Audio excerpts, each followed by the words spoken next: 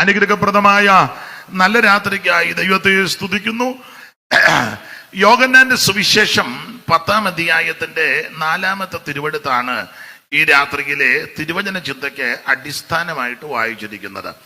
ഈ പ്രാവശ്യത്തെ വാർഷിക സെൻട്രൽ കൺവെൻഷന്റെ പ്രഥമ രാത്രിയാണല്ലോ. അപ്പോൾ സുവിശേഷത്തോട് ചേർന്ന് ചില കാര്യങ്ങൾ നമുക്ക് ചിന്തിക്കാം. ദൈവം അതിന് കൃപ നൽകുമാറാകട്ടെ. യോഹന്നാന്റെ സുവിശേഷം 10-ാം അധ്യായമാണ്. എന്താണ് സുവിശേഷം?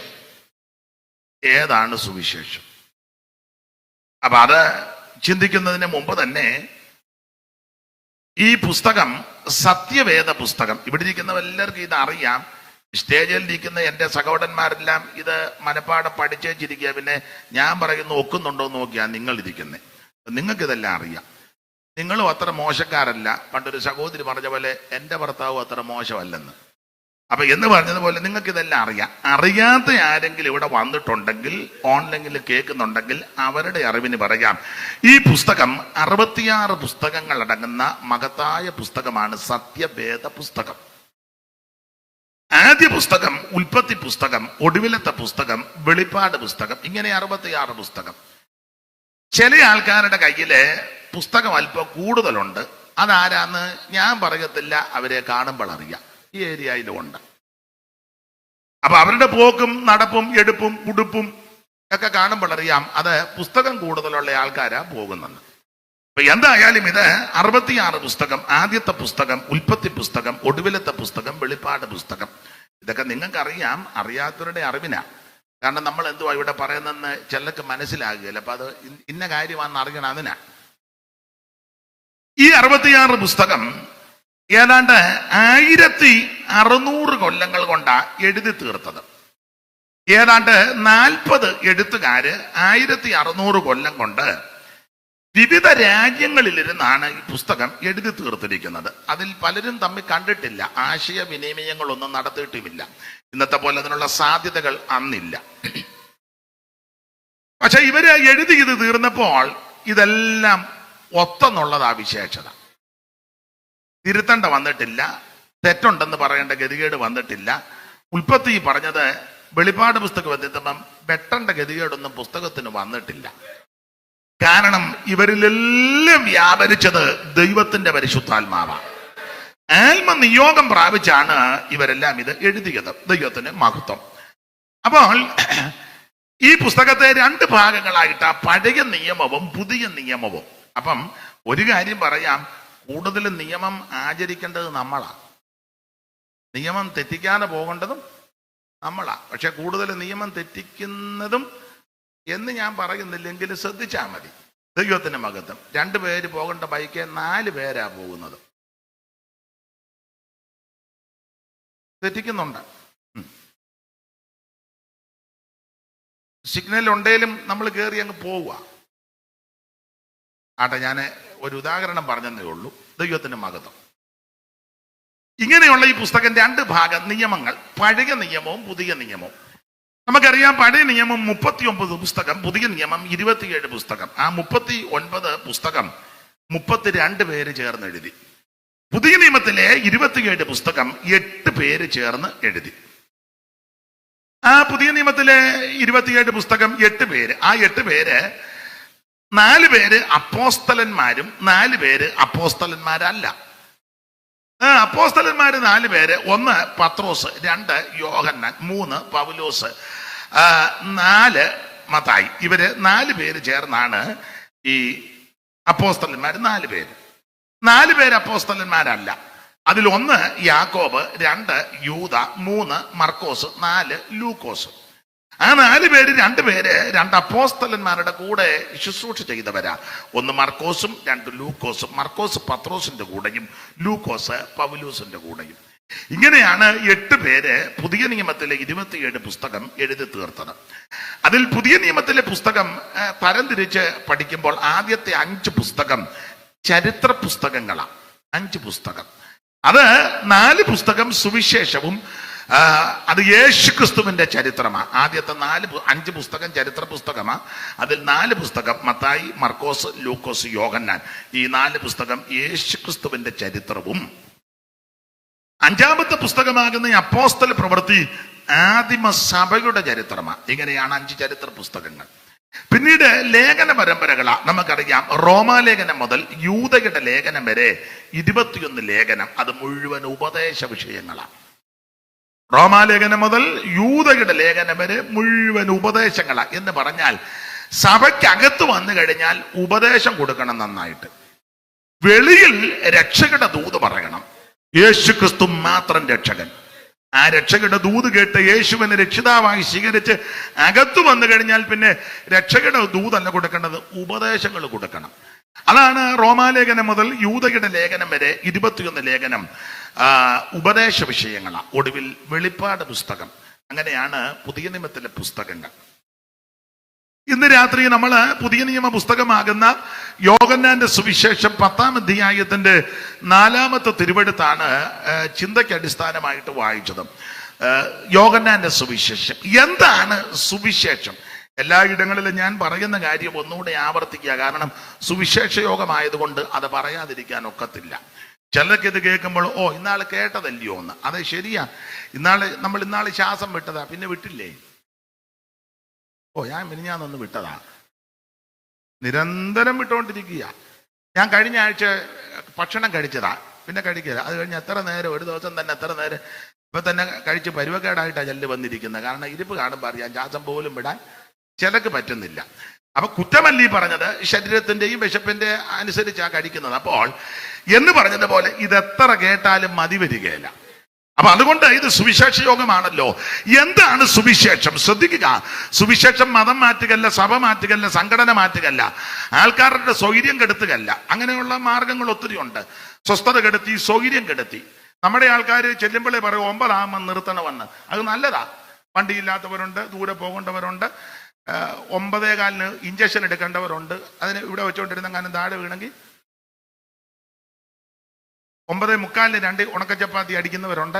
അത് സമയത്ത് കിട്ടിയില്ലേ? അത് നല്ലതാ. 9 ഞാനും എന്നോടും പറഞ്ഞു 9 തന്നെ നിർത്തും. അപ്പം പറഞ്ഞതിന്റെ സാരം, നമുക്കതെല്ലാം നിയമം വന്നു. പക്ഷേ നിങ്ങൾ ചില യാത്രയൊക്കെ ചെയ്ത് വന്നു കഴിഞ്ഞ് റോഡിലൊക്കെ 11 മണിക്ക് റോഡ് ബ്ലോക്കാ. റോഡ് കൂടെ യാത്ര ചെയ്യാൻ മേല. ഇന്നലെ ഞങ്ങൾ വന്നപ്പോൾ 11:45 കോളാമ്പി വെച്ച് കെട്ടി ഭയങ്കര മേള. എവിടാന്നൊന്നും എന്നോട് ചോദിക്കരുത്. നിയമം എല്ലാവർക്കും ബാധകമാ. പിന്നെ ഒരു കാര്യമുണ്ട്, അവർക്കിത് കേൾപ്പിക്കണമെന്നുണ്ട്, നമുക്കിത് കേൾപ്പിക്കണമെന്നില്ല. അതാ വിഷയം. നമുക്ക് തന്നെ ഇത് കേൾക്കണമെന്ന് അതല്ലേ? മൈക്കോളി ഒന്നുമില്ലല്ലോ. ആരും കേൾക്കണ്ട. എല്ലാം ഇങ്ങനെ കലാമണ്ഡലത്തിൽ നിറഞ്ഞ പോലെ നിൽക്കുക. എല്ലാം ആംഗ്യമാ. പിന്നെ നമ്മൾ കുറെയൊക്കെ പിടിച്ചെടുക്കുക, തങ്കച്ചൻ ഇന്നതാ പറഞ്ഞെന്ന്. അപ്പൊ ഒരു കാര്യം പറയാ, ഇത് കേൾപ്പിക്കാനും താല്പര്യമൊന്നുമില്ലല്ലോ. ഇത് കേൾക്കാനും താല്പര്യം. എല്ലാരും നടത്തി, നമ്മളും നടത്തി എന്ന് ഒരു പേരിനാ ചിലര് ചെയ്യുന്നത്. അതല്ല വിഷയം. നമ്മുടെ ഉന്നം തെറ്റരുത്, ലക്ഷ്യം തെറ്റരുത്. ഇടയ്ക്ക് കയറി പറയാ, അപ്പനാകുന്ന ഇശായി ദാവീദിനെ വിളിച്ചേച്ച് പറഞ്ഞു, മോനെ ചേട്ടന്മാരെല്ലാം പടക്കളത്തിലുണ്ട്, നീ ഒരു കാര്യം ചെയ്യണം, അവിടെ പോയി ഫോട്ടോ എടുത്ത് വാട്സപ്പിലിട്ട് യൂട്യൂബിലിട്ട് കാശുണ്ടാക്കുകയല്ല, നീ അവിടെ പടക്കളത്തിൽ ചെന്ന് ചേട്ടന്മാരുടെ ക്ഷേമം അറിഞ്ഞ് ലക്ഷ്യം വാങ്ങി വരണം. ലക്ഷ്യം ഉണ്ടായിരിക്കണം, നമുക്കൊരു ഉന്നം ഉണ്ടായിരിക്കണം. ദൈവത്തിന് മഹത്വം. ദാവീദ് മകുതുകൊണ്ട് നല്ല ലക്ഷ്യത്തോടാ പോയത്. എന്റെ ഭാഷ പറഞ്ഞ ചേട്ടന്മാരുടെ നിപ്പും പടുതി ഒന്നുമല്ല ദാവീദിന്റെ ഉന്നം. അവന്റെ ഉന്നം ഇസ്രായേലിന്റെ ദൈവത്തെ പരിഹസിക്കുന്ന, നിന്ദിക്കുന്ന ഗോലിയാത്ത. അതുകൊണ്ട് ആ സഞ്ചിക്കകത്ത് കൈയിട്ട് കല്ലെടുത്ത് കവണയിൽ വെച്ച് വീശി ഫെലിസ്ത്യന്റെ നെറ്റിക്കിട്ട് ഉന്നം പിടിച്ചു. അങ്ങനെ അടിച്ചേക്കുന്നത്. നെറ്റിക്കിട്ട് ഉന്നം പിടിച്ച് കൃപയിൽ നിറഞ്ഞ, എന്റെ ഭാഷയാ, കൃപയിൽ നിറഞ്ഞ ഒരൊറ്റ ഏറ് സൂക്ഷം തിരുനെറ്റിക്ക് കൊണ്ടു. അവൻ താഴെ വീണു. അവന്റെ ഓടിച്ചെന്ന്, എന്റെ ഭാഷയാ, അവന്റെ നെഞ്ചത്ത് കയറി അവന്റെ ഉറകിൽ നിന്ന് അവന്റെ വാളൂരി അവന്റെ തല വെട്ടി ജയഭേരി മുഴക്കി ലക്ഷ്യവുമായിട്ടാ തിരിച്ചു വന്നത്. ഇതാണ് കാൽവറിയിൽ നടന്നത്. മരണത്തിന്റെ അധികാരിയാകുന്ന പിശാച് ഉൽപ്പത്തി പുസ്തകം 3-ാം അധ്യായം മുതൽ മരണഭീതി വിതച്ച് മാനവകുലത്തെ, മാനവ ജനതയെ മരണഭീതിക്ക് അടിമപ്പെടുത്തി കിടന്നപ്പോൾ അവന്റെ ആയുധമാകുന്ന മരണം കൊണ്ട് യേശു അവനെ കീഴ്പ്പെടുത്തി ജയിച്ച് മരണത്തിന്റെ അടിമനുഖത്ത് കിടന്ന എന്നെയും നിങ്ങളെയും രക്ഷിച്ച് വീണ്ടെടുത്ത് തന്റെ ലക്ഷ്യത്തെ പൂർത്തിയാക്കിയ യേശു, അതാണ് നമ്മുടെ രക്ഷാനായകൻ. അപ്പൊ ലക്ഷ്യം ഉണ്ടായിരിക്കും. അപ്പൊ അതുകൊണ്ട് കൃത്യസമയത്ത് തന്നെ നമുക്ക് നിർത്താം, ചില കാര്യങ്ങൾ പറയാം. അപ്പോൾ ശ്രദ്ധിക്കുക, മനുഷ്യന്റെ സ്വൈര്യം കെടുത്തുകയോ സഭ മാറ്റുകയോ സംഘടന മാറ്റുകയോ മറ്റുള്ളവർക്ക് ബുദ്ധിമുട്ടുണ്ടാക്കുന്ന നല്ല സുവിശേഷം എന്ന് പറഞ്ഞാൽ ഒരു വ്യക്തിയാണ്. അത് മറ്റേരുമല്ല, നസറായനാകുന്ന യേശു ക്രിസ്തു. ധന്യനായ പൗലോസ് വളരെ സ്പഷ്ടമായിട്ട് ആ വാക്യം പറഞ്ഞിരിക്കുന്നുണ്ടല്ലോ. തിമോഥെയോസിന്റെ ലേഖനത്തിൽ നമുക്ക് മനഃപാഠമായെങ്കിലും ഒന്ന് വായിച്ചു. ദാവീദിന്റെ സന്തതിയായി ജനിച്ച് മരിച്ചിട്ട് ഉയർത്തെഴുന്നേറ്റ യേശു ക്രിസ്തുവിനെ ഓർത്തുകൊള്ളുവീൻ, അതാകുന്നു സുവിശേഷം. ഒന്ന് വായിച്ചു. ആരാ വായിക്കുന്നേ? എവിടാ വായിക്കുന്നേ? മോളെ വായിച്ചോ പെട്ടെന്ന് വായിര്. ദാവീദിന്റെ സന്തതിയായി ജനിച്ച് മരിച്ചിട്ട് ഉയർത്തെഴുന്നേറ്റിരിക്കുന്ന യേശു ക്രിസ്തുവിനെ ഓർത്തുകൊള്ളുക, അതാകുന്നു എന്റെ സുവിശേഷം. അപ്പോൾ ശ്രദ്ധിക്കുക, സുവിശേഷം മതം മാറ്റുകല്ല, സഭ മാറ്റുകല്ല, സംഘടന മാറ്റുകല്ല, നാട്ടുകാർക്ക് സ്വൈര്യക്കേട് വരുത്തുന്നതല്ല, റോഡ് ബ്ലോക്ക് ചെയ്യുന്നതല്ല, പടിവാള് ചുഴറ്റിയേച്ച് മതത്തിൽ ചേർക്കുന്നതല്ല, കൊരവള്ളിയുടെ ഇവിടെ കൊണ്ടുവന്ന് തോക്ക് ചൂണ്ടിയേച്ച് ഞങ്ങളുടെ മതത്തിൽ ചേരടാ, ഇല്ലേ നിന്നെ ഇപ്പൊ കാച്ചിക്കളയും, അതല്ല സുവിശേഷം. അങ്ങനെയൊക്കെ മതത്തിൽ ചേർക്കുന്നവരുണ്ട്. തിരിച്ചു വന്നില്ലേ നിന്നെ ഒറ്റ കുത്തിന്, അതല്ല സുവിശേഷം ഒരു വ്യക്തിയാണ്, അത് മറ്റാരുമല്ല, കർത്താവായ യേശു ക്രിസ്തു. ദാവീദിന്റെ സന്തതിയായി വായിച്ചേ മോളെ. ദാവീദിന്റെ സന്തതിയായി ജനിച്ച് മരിച്ചിട്ട് ഉയർത്തെഴുന്നേറ്റിരിക്കുന്ന യേശു ക്രിസ്തുവിനെ ഓർത്തുകൊള്ളുക, അതാകുന്നു എന്റെ സുവിശേഷം. കന്യകാസുതനായി തരയിൽ വന്നുദിച്ച ധന്യനിമ്മാനുവേൽ ഇവൻ താനേ. കന്യകാസുതനായി തരയിൽ വന്നുദിച്ച ധന്യനിമ്മാനുവേൽ ഇവൻ താനേ. ഇവനെ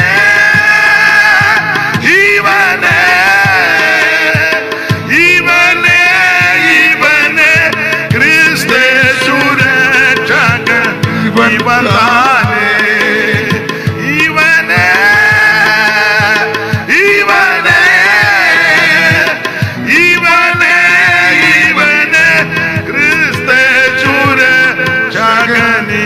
താനേ.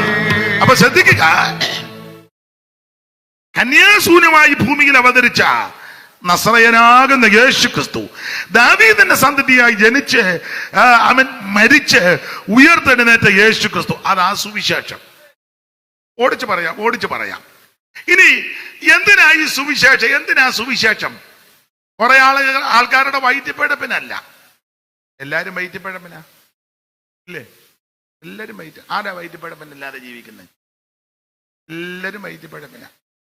എന്നാൽ ചില ആൾക്കാർ സുവിശേഷകരെ കൊണ്ട് മാത്രമാണ് പറയുന്നത് വൈദ്യപ്പിഴപ്പിനാണ്. ഇത് വൈദ്യപ്പിഴപ്പിന്റെ മാർഗമല്ല. ഒരു പണിയില്ലാഞ്ഞിട്ട് നടക്കുന്നവരല്ല ഇവിടെ ഇരിക്കുന്നവരല്ല. ഞാൻ ഒഴിച്ച് എല്ലാവരും വിദ്യാഭ്യാസവും വിവരവും ഒക്കെ ഉള്ളവരാ. പിന്നെ ഇച്ചിരി ബോധക്കേടുണ്ടെങ്കിൽ എനിക്കേ ഉള്ളൂ. എന്നെ പറ്റി അങ്ങനെ പറഞ്ഞത്, ഒന്ന് അയാൾക്ക് വിവരമില്ലെന്നാ പറഞ്ഞത്, സത്യമായ കാര്യമാണ്. രണ്ട്, അയാൾക്ക് സ്റ്റാൻഡേർഡ് ഇല്ല, അതും സത്യമായി. ഇതൊക്കെ സത്യമായ കാര്യമാണ്. നാളെ ഒരാൾ പറഞ്ഞു അയാൾ കുടുംബത്തിൽ പിറന്നവനല്ല, സത്യമായ കാര്യമാണ്. ആശുപത്രി പ്രസവിച്ചെന്ന അമ്മ പറഞ്ഞു കേട്ടത്, അതെ സത്യമാണ്. ചങ്ങനാശ്ശേരി ഗവൺമെന്റ് ആശുപത്രി, അങ്ങനെ കുടുംബത്തിൽ പറഞ്ഞതല്ല. വേറൊരാൾ പറഞ്ഞു അയാൾക്ക് ഇങ്ങനെ പറഞ്ഞ ഭാഷ അതുപോലെ, അയാളുടെ തന്തയുടെ ജോലി കള്ളഷാപ്പിൽ, അതിന്റെ സ്റ്റാൻഡേർഡ് അതും സത്യമാണ്. എൻ്റെ അപ്പൻ ബ്രിട്ടീഷ് രാജ്ഞിയുടെ അസിസ്റ്റന്റ് ഒന്നും അല്ലായിരുന്നു. എനിക്കത് പറയുന്നില്ല, അന്തസ്സാ. കള്ളഷാപ്പിൽ ജോലിയായിരുന്നു അപ്പന്. ആരെയും പിടിച്ചു പറിച്ചും ചതിച്ചു വല്ല വളർത്തിയത്. അങ്ങേര് കഷ്ടപ്പെട്ട് ഉള്ള സാഹചര്യത്തിൽ വളർത്തിയത്. എന്ത് അഭിമാനമാണ്. അങ്ങനെ ഉണ്ടായിരുന്ന ഞാൻ ഇന്ന് എടുത്ത് ഇതിലെല്ലാം ചുമന്നുകൊണ്ട് നടന്നേന്. എനിക്കതൊക്കെ പറയുന്നത് നല്ല പ്രാഗൽഭ്യത്തോടാ പറയുന്നത്. നിങ്ങളുടെ എല്ലാ അപ്പന്മാരങ്ങനെയാണ്. സ്തോത്രം. ഒരുത്തനെ ചതിച്ചും വഞ്ചിച്ചും കുതികാല് വെട്ടിയും കോതുകാല് വെച്ചും അവനെ വകിച്ചേച്ച് പിള്ളേരെ വളർത്തുന്നതും നല്ലത്. സ്തോത്രം. ഞാനതിൽ അഭിമാനം കൊള്ളുന്ന ആൾ. പക്ഷെ ആൾക്കാർ അങ്ങനെ പറയുന്ന അയാൾക്ക് കള്ളുഷാപ്പിന്റെ സ്റ്റാൻഡേർഡ് സത്യമാണ്. അതെ, അങ്ങനെ ഒത്തിരി ഉണ്ട് പറഞ്ഞ്. ചെല്ല് പറയും അയാളെ കുട്ടനാട്ടുകാരനെ ചെളിക്കകത്ത് കിടന്ന് അതിൻ്റെ ആന്ന്, അതും ശരിയാ. അങ്ങനെയൊക്കെ ഒത്തിരി അപാകത. അപ്പൊ ഇരിക്കുന്നതിൽ അപാകത എനിക്കാ. ഇവരൊന്നും ഒരു ജോലി ഇല്ലാത്തവരല്ല, ഇവര് നല്ല ജോലിയും ചുറ്റുപാടും ഒക്കെ ഉള്ളത്. പക്ഷെ ഒരു പണിയില്ലാഞ്ഞിട്ട് വന്നിരിക്കുകയല്ല. അതെല്ലാം വേണ്ടാന്ന് വെച്ചാ ഈ മഹത്വമുള്ള വേലയ്ക്ക് ഇറങ്ങിയത്. അപ്പൊ എന്തിനാ സുവിശേഷം? ഒരു ജോലി ഇല്ലാത്തവരുടെ മാർഗമല്ല, വൈദ്യപ്പഴപ്പിനുള്ള മാർഗമല്ല. സുവിശേഷം എന്തിനാന്ന് ചോദിച്ചാൽ സകല മനുഷ്യരും രക്ഷപ്പെടാനാ.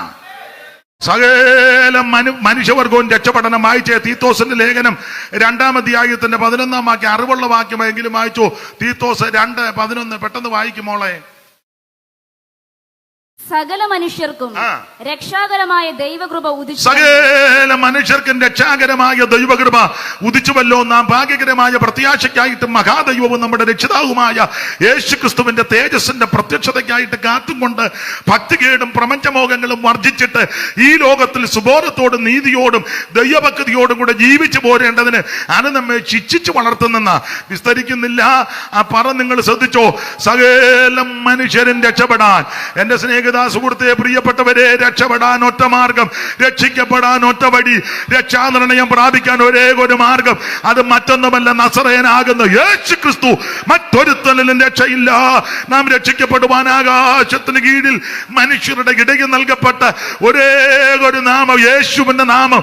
ഇതെല്ലാ നാമത്തിലും മേലായ നാമം. ഈ നാമത്തിൽ ഭൂതങ്ങൾ വിട്ടുപോകും. ഈ നാമത്തിൽ രോഗികൾ സൗഖ്യമാക്കും. ഈ നാമത്തിൽ അത്ഭുതങ്ങൾ നടക്കും. ഈ നാമത്തിൽ മുടന്തര് നടക്കും. ഈ നാമത്തിൽ ഊമര് സംസാരിക്കും. ഈ നാമത്തിൽ അവൻ അത്ഭുതങ്ങൾ നടക്കും. എല്ലാ നാമത്തിലും മേലായ നാമം, മരിച്ചവരെ ഉയർപ്പിക്കുന്ന നാമം. ഉടന്തർമാനിനെ പോലെ ചാടിയിടും ഊമന്മാരും ഉല്ലസിച്ചാർക്കും. മുടന്തർമാനിനെ പോലെ ചാടിയിടും ഊമന്മാരും ഉല്ലസിച്ചാർക്കും. കുരുടന്മാരുടെ കണ്ണും തുറക്കും. കുരുടന്മാരുടെ കണ്ണും തുറക്കും. ഒഴിയും മാനുഷാപമശേഷ വരുന്നു പരമേശൻ. ഈ പാരിൽ ഭരണം പരമേൽ വരുന്നു പരമേശൻ. ഈ പാരിൽ ഭരണം പരമേൽ സിംഹം കാളപ്പോൾ പുല്ലു തിന്നീടു. പുള്ളിപ്പുലിയും ഗോസമതുപോൽ. സിംഹം കാളപ്പോൾ പുല്ലു തിന്നീടും. പുള്ളിപ്പുലിയും ഗോസമതുപോൽ. സർപ്പത്തിൻ പോത്തിൽ കളിച്ചിടും. സർപ്പത്തിൻ പോത്തിൽ കളിച്ചിടും. ചെറിയ ശിശുക്കൾ യേശുവിൻ രാജ്യം വരുന്നു പരമേശൻ. ഇപ്പാരിൽ ഭരണം പരമേൽ വരുന്നു പരമേശൻ. ഇപ്പാരിൽ ഭരണം പരമേൽ.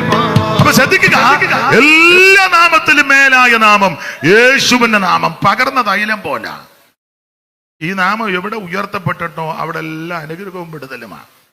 അപ്പൊ ശ്രദ്ധിക്കുക, യേശുക്രിസ്തുവിന്റെ നാമം സകല മനുഷ്യരും രക്ഷപ്പെടാൻ കർമ്മമാർഗം കൊണ്ടോ പുണ്യപ്രവൃത്തി കൊണ്ടോ ദാനധർമ്മം കൊണ്ടോ നേർച്ച കാഴ്ച കൊണ്ടോ ആചാര്യ അനുഷ്ഠാനങ്ങൾ കൊണ്ടൊന്നും രക്ഷപ്പെടത്തില്ല. രക്ഷപ്പെടാൻ ഒറ്റ മാർഗം, ഒറ്റ വഴി, യേശുക്രിസ്തു മാത്രം. മറ്റൊരുത്തനിലും രക്ഷയില്ല. യേശു മാത്രം രക്ഷകൻ. അപ്പോൾ എന്താണ് സുവിശേഷം? അത് യേശുക്രിസ്തു. എന്തിനാ സുവിശേഷം? എല്ലാവരും രക്ഷപ്പെടാനാ. ഇനി ആരായി സുവിശേഷം കേൾക്കണ്ടേ? ആര് കേൾക്കണം? എല്ലാരും കേൾക്കണം. 49-ാം സങ്കീർത്തനം 1-ാം വാക്യം വായിക്കുമോളെ. സങ്കീർത്തനം 49:1 പെട്ടെന്ന് വായിച്ചു. സകല ജാതികളുമായുള്ളവരെ ഇത് കേൾക്കണം. എല്ലാരും കേൾക്കേണ്ട കാര്യമാണ്. എന്തുവാ? സുവിശേഷം. സകല ജാതികളും ഇത് കേൾക്കണം. മനുഷ്യനായ ജാതി എല്ലാം തരം തിരിച്ചു വെച്ചേക്കുന്ന ഞങ്ങൾ ഇച്ചിരി കൂടിയതാ, അവര് കുറവാ. എല്ലാം പരുവക്കേടാ. ആന്ന് ഇതിപ്പോ നോട്ടം കാണുമ്പോ അറിയാം. എല്ലാം പരുവക്കേടാ. യഹൂദന്മാരാണല്ലോ ഈ ശ്രേഷ്ഠത എണ്ണുന്നത്. എത്ര ശ്രേഷ്ഠത എണ്ണിയാലും അവര് അബ്രഹാം മുതലേ പറയുള്ളൂ, പുറകോട്ട് പോവുകയല്ല. അവിടെ ചെന്ന് നിൽക്കുക.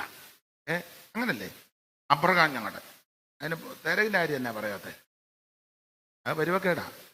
നമ്മുടെ ആൾക്കാർ പറഞ്ഞ കുറവലിങ്ങാട്ടിൽ നിന്ന് ഒരാൾ വന്നെന്ന അതിനപ്പുറത്തോട്ട് ഞാനിപ്പം ഇവിടെ അതിന്റെ കുറവലങ്ങാട്ട് സെന്റർ ആയതുകൊണ്ട് പറയുന്നില്ല. യഹൂദനെല്ലാം ഭയങ്കര ക്രെഡിറ്റാ, ഭയങ്കര മിടുക്കന്മാരാ. അവർക്കൊത്തിരി വിശേഷത ഒത്തിരി ഉണ്ടെന്ന് റോമാലേഖനം 9-ാം അധ്യായത്തിന്റെ 3 മുതൽ വായിച്ച യഹൂദന്റെ ക്വാളിറ്റി പെട്ടെന്ന് വായിച്ചു. റോമാലേഖനം 9-ാം അധ്യായം 3-ാം വാക്യം. ജഡപ്രകാരം എന്റെ ചാർച്ചക്കാരായ എന്റെ സഹോദരന്മാർക്ക് വേണ്ടി ഞാൻ തന്നെ ക്രിസ്തുവിനോട് വേർവിട്ട് ശാപഗ്രസ്തനാവാൻ ഞാൻ ആഗ്രഹിക്കുമായിരുന്നു. അവർ ഇസ്രായേലിയർ പുത്രത്വവും തേജസ്സും നിയമങ്ങളും ന്യായപ്രമാണവും നിയമങ്ങളും ആരാധനയും വാഗ്ദത്തങ്ങളും അവർക്കുള്ളതാ. പിതാക്കന്മാരും അവർക്കുള്ളവർ തന്നെ ജഡപ്രകാരം ക്രിസ്തുവും അവരിൽ നിന്ന് ഉത്ഭവിച്ചു. ഇതെല്ലാം യഹൂദന്റെ വിശേഷതയാ. ന്യായപ്രമാണവും പുത്രത്വമല്ല അവർക്ക്. നമുക്ക് പ്രമാണമൊന്നുമില്ലായിരുന്നു, അല്ല അവർക്കാ കൊടുത്തത്. കൽപ്പനകളൊക്കെ മോശയെ വിളിച്ചങ്ങ് മേളിൽ കയറ്റി വെച്ച് തീ കൊണ്ടൊക്കെ എഴുതി, ദൈവത്തിന്റെ വിരല് കൊണ്ട് എഴുതി. നമുക്കിതൊന്നുമില്ലായിരുന്നു. ന്യായപ്രമാണമല്ല അവർക്കാ. അതാണ് യഹൂദനെ നോക്കി അങ്ങ് അനുഗ്രഹിക്കുക. രാവിലെ തിരിഞ്ഞേച്ച് പറയും, പട്ടണത്തിൽ നീ അനുഗ്രഹിക്കപ്പെടും. യഹൂദനെ നോക്കിയാച്ചാ. അന്ത്യാകുമ്പോൾ നമ്മളെ നോക്കി വെച്ച് കുറവലങ്ങാട്ട് സെന്ററിനെ നോക്കി വെച്ച് പറയും, അല്ലെങ്കിൽ അനീഷ് കാവാലത്ത് നോക്കി വെച്ച് നമ്മളെ നോക്കി വെച്ച് പറയും, പട്ടണത്തിൽ നീ മുടിഞ്ഞു പോകും, നിന്നെ വണ്ടി ഇടിക്കും. ഇതാ നമുക്ക് ശത്രുത്വമാ. മനസ്സിലാകുന്നില്ലേ? യഹൂദനെ നോക്കി വെച്ചത് മുഴുവൻ അനുഗ്രഹമാണ്. പട്ടണത്തിൽ നീ അനുഗ്രഹിക്കപ്പെടും, വയലിൽ നീ അനുഗ്രഹിക്കപ്പെടും. നിന്റെ ഗർഭഫലവും കൃഷിഫലവും കന്നുകാടുകട ആടുമാടുകട പേറും പുറപ്പുമെല്ലാം അനുഗ്രഹിക്കപ്പെടും. നിന്റെ ഗർഭഫലത്തെ ദൈവം അനുഗ്രഹിക്കും. ശത്രു ഒരു വഴി കടന്നു വരും, 7 വഴി ചെതറിപ്പോ. തേനീച്ച പോലെ വരുന്ന വൈരിയെ ദൈവം മുൾത്തി പോലെ കെടുത്തി. ഇതാണ് യഹൂദനെ നോക്കി. ഈ ന്യായപ്രമാണം നമുക്ക് ശത്രുവാ.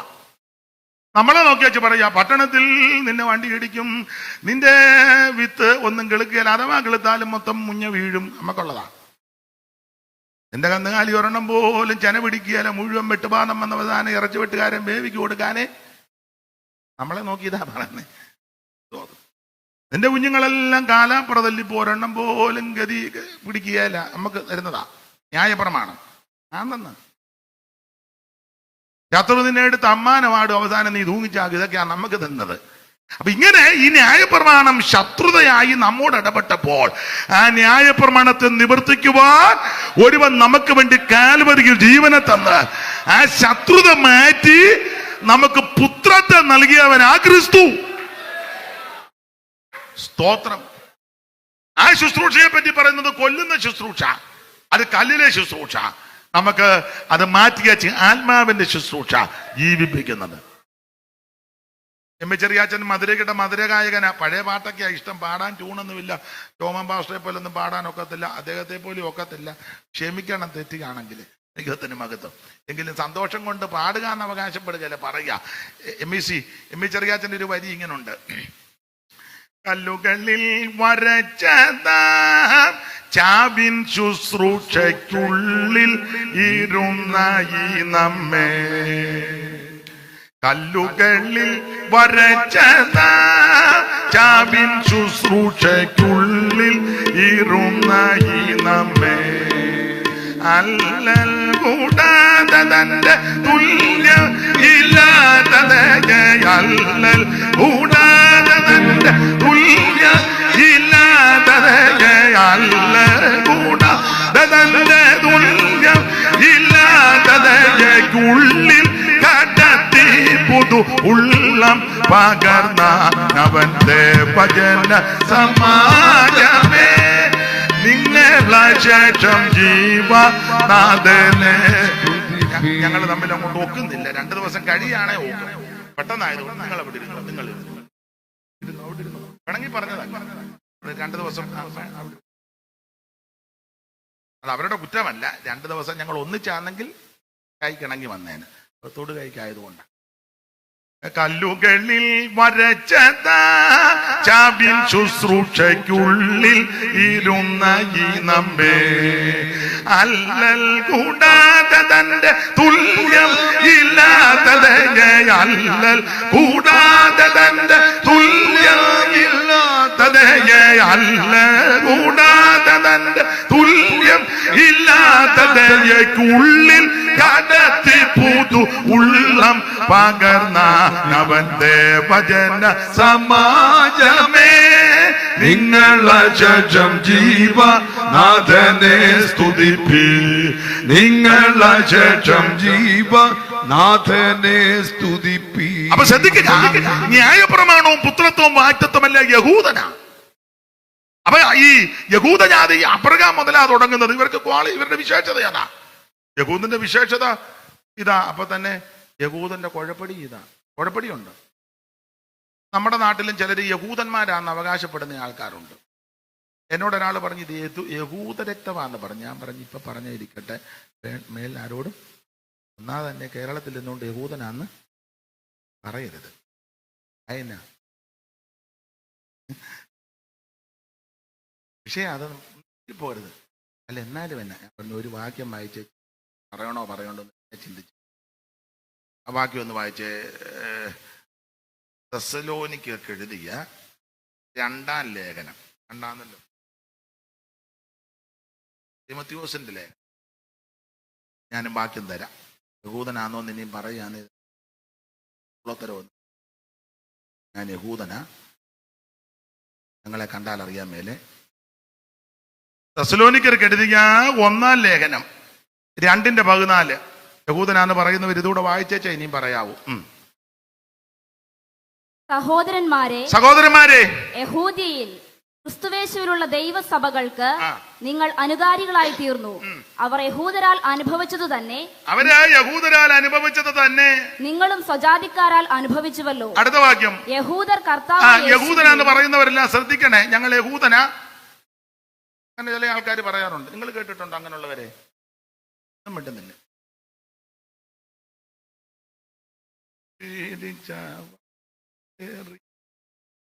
പല നാടു നോക്കി പുറപ്പെട്ടാറ് കൊടുങ്ങല്ലൂരങ്ങീതെ വന്നിറങ്ങി 7-4 വെടിയും വെടിവെച്ചു ഗോപുരം തന്നിൽ കയറി ചിപ്പായിമാരവർ വിളികൊള്ളുന്നു പള്ളിത്തണ്ടിന്മേൽ കൊടിയും കൊത്തി.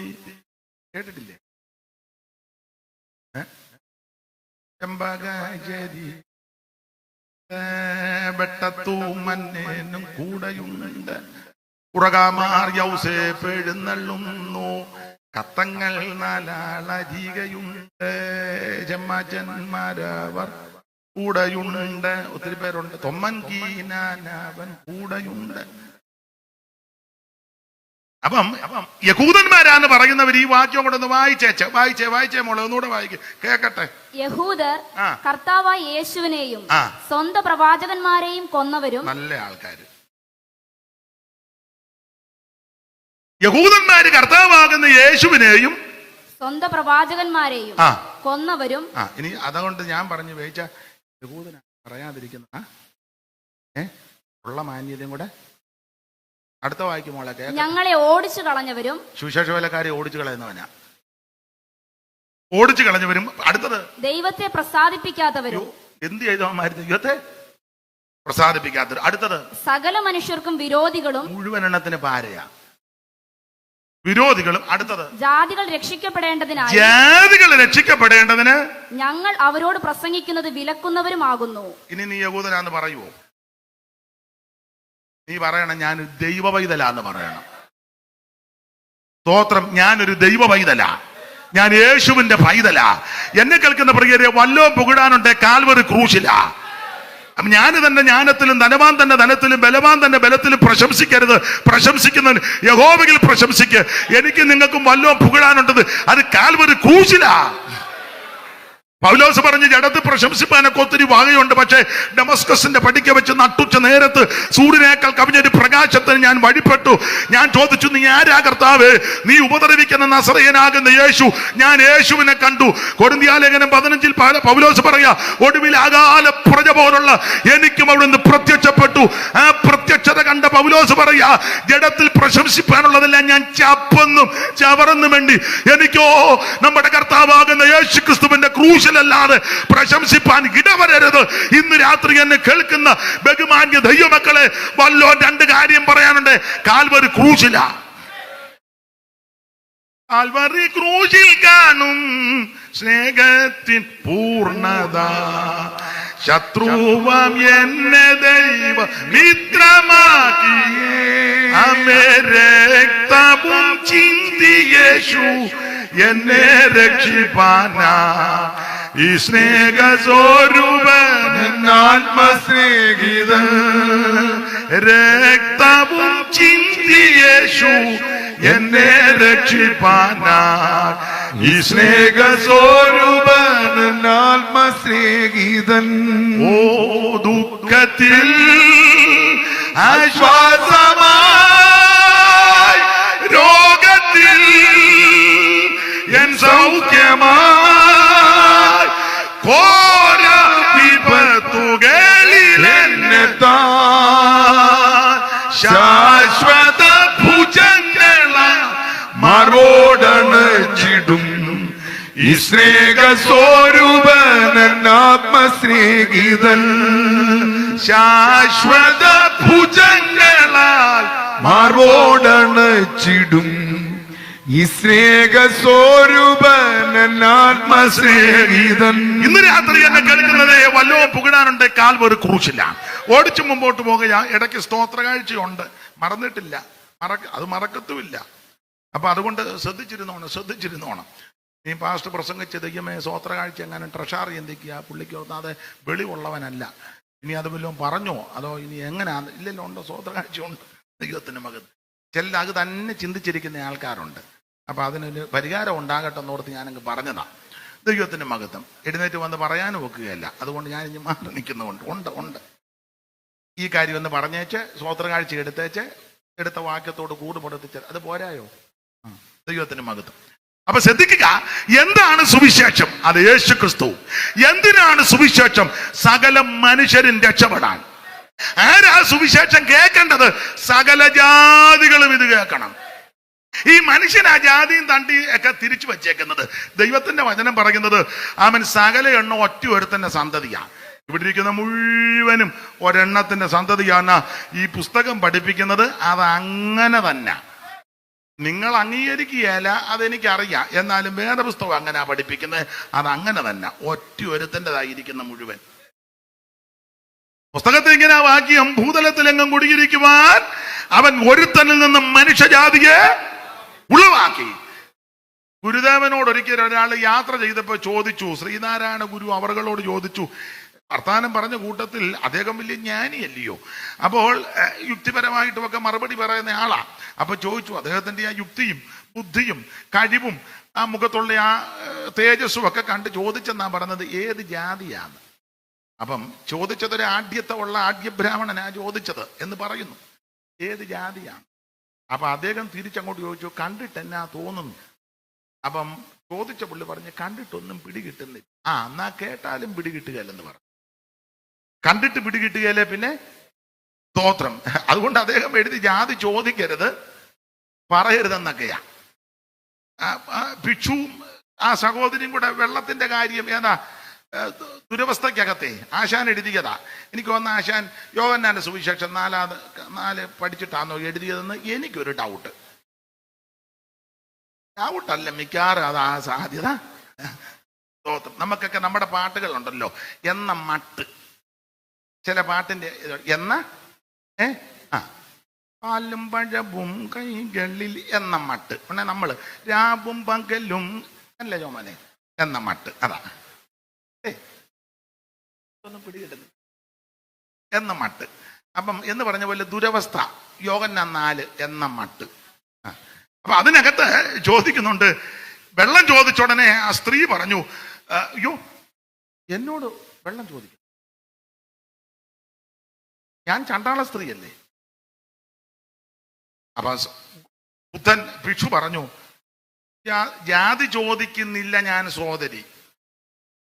അപ്പൊ അവള് പറഞ്ഞു, അല്ലല്ലെന്തൂ കഥയീതു കഷ്ടമേ, അല്ലലാലങ്ങു ജാതി മറന്നിതോ, നിജനാരിതൻ കയ്യാൽ ജലം വാങ്ങി ചൊല്ലഴു ആര്യന്മാർ. നിങ്ങൾ ആര്യന്മാര് ചണ്ടാള സ്ത്രീയോട് വെള്ളം ചോദിക്കും. അപ്പം ഭിക്ഷു തിരിച്ച് പറഞ്ഞ് ജാതി ചോദിക്കുന്നില്ല.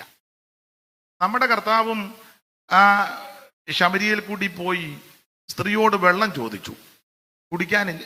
അല്പം യഹൂദനാകുന്ന നീയെ ശമരിയാക്കാരിയായ എന്ന മട്ട്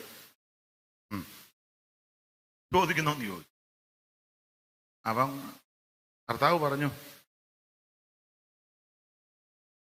വെള്ളം കുടിക്കുന്നവനെല്ലാം ദാഹിക്കും. അങ്ങനെ ആ സംസാരത്തിന്റെ നല്ല ടോണിലാ സംസാരിച്ചത്. അപ്പൊ അവള് പറഞ്ഞു, കർത്താവ് പറഞ്ഞു, ഞാൻ കൊടുക്കുന്ന വെള്ളം കുടിക്കുന്നവൻ ഒരു നാളും. അവള് ഒന്നും കയ്യിലില്ല.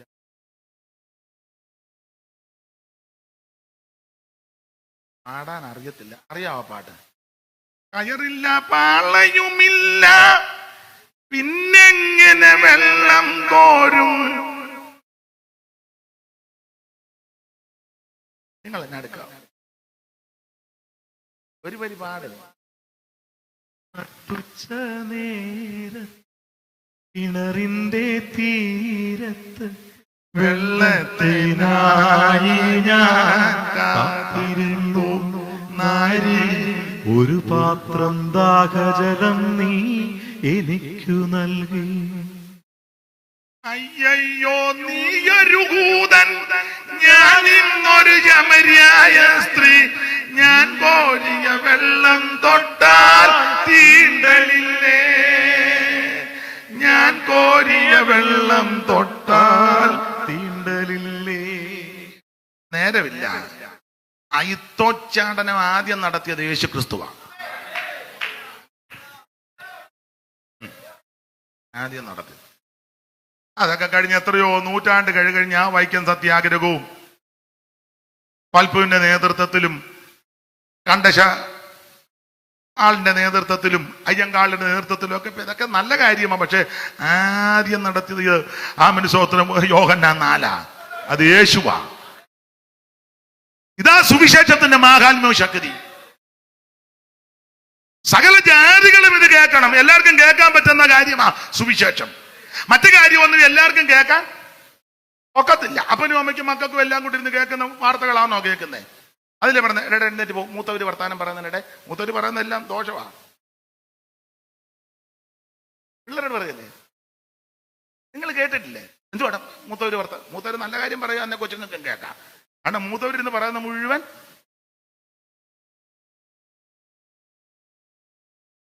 ഒരു കാര്യം പറയാം, സുവിശേഷം മൂത്തവർക്കും കേൾക്കാം, ഇളയവർക്കും കേൾക്കാം. വല്യപ്പൻ ഇരിക്കുമ്പോഴും പറയാം, വല്യമ്മ ഇരിക്കുമ്പോഴും പറയാം, യൗവനക്കാരനും കേൾക്കാം, യൗവനക്കാർക്ക് കേൾക്കാം. ആർക്കും കേൾക്കാൻ കൊള്ളാവുന്ന ഒരേ ഒരു വാർത്ത അത് സുവിശേഷമാണ്. മറ്റു വാർത്തകളൊന്നും കേട്ടാൽ നമുക്ക് സന്തോഷം വരികയല്ല. ഭീതിപ്പെടുത്തുന്ന, അസ്വസ്ഥത ഉണ്ടാക്കുന്ന, ഇക്കിളിപ്പെടുത്തുന്ന, മറ്റുള്ളവരെ ഉപദ്രവിക്കാൻ പ്രേരിപ്പിക്കുന്ന വാർത്തകളൊക്കെയാ കേൾക്കുന്നത്. സിനിമാ സ്റ്റൈലിലല്ലയോ ഇപ്പൊ ആൾക്കാരെ കൊല്ലുന്നത്? അതെ. എന്നിട്ട് പറയും ഇത് ഇന്ന സിനിമയിലെ പോലാന്ന്. അപ്പം സിനിമ ഗുണം വരുത്തുകയല്ല, പിന്നെന്ത് കൊടുക്കുക? സിനിമാ സ്റ്റൈലില്ലയോ അപ്പനോട് ഇടപെടുന്നേ.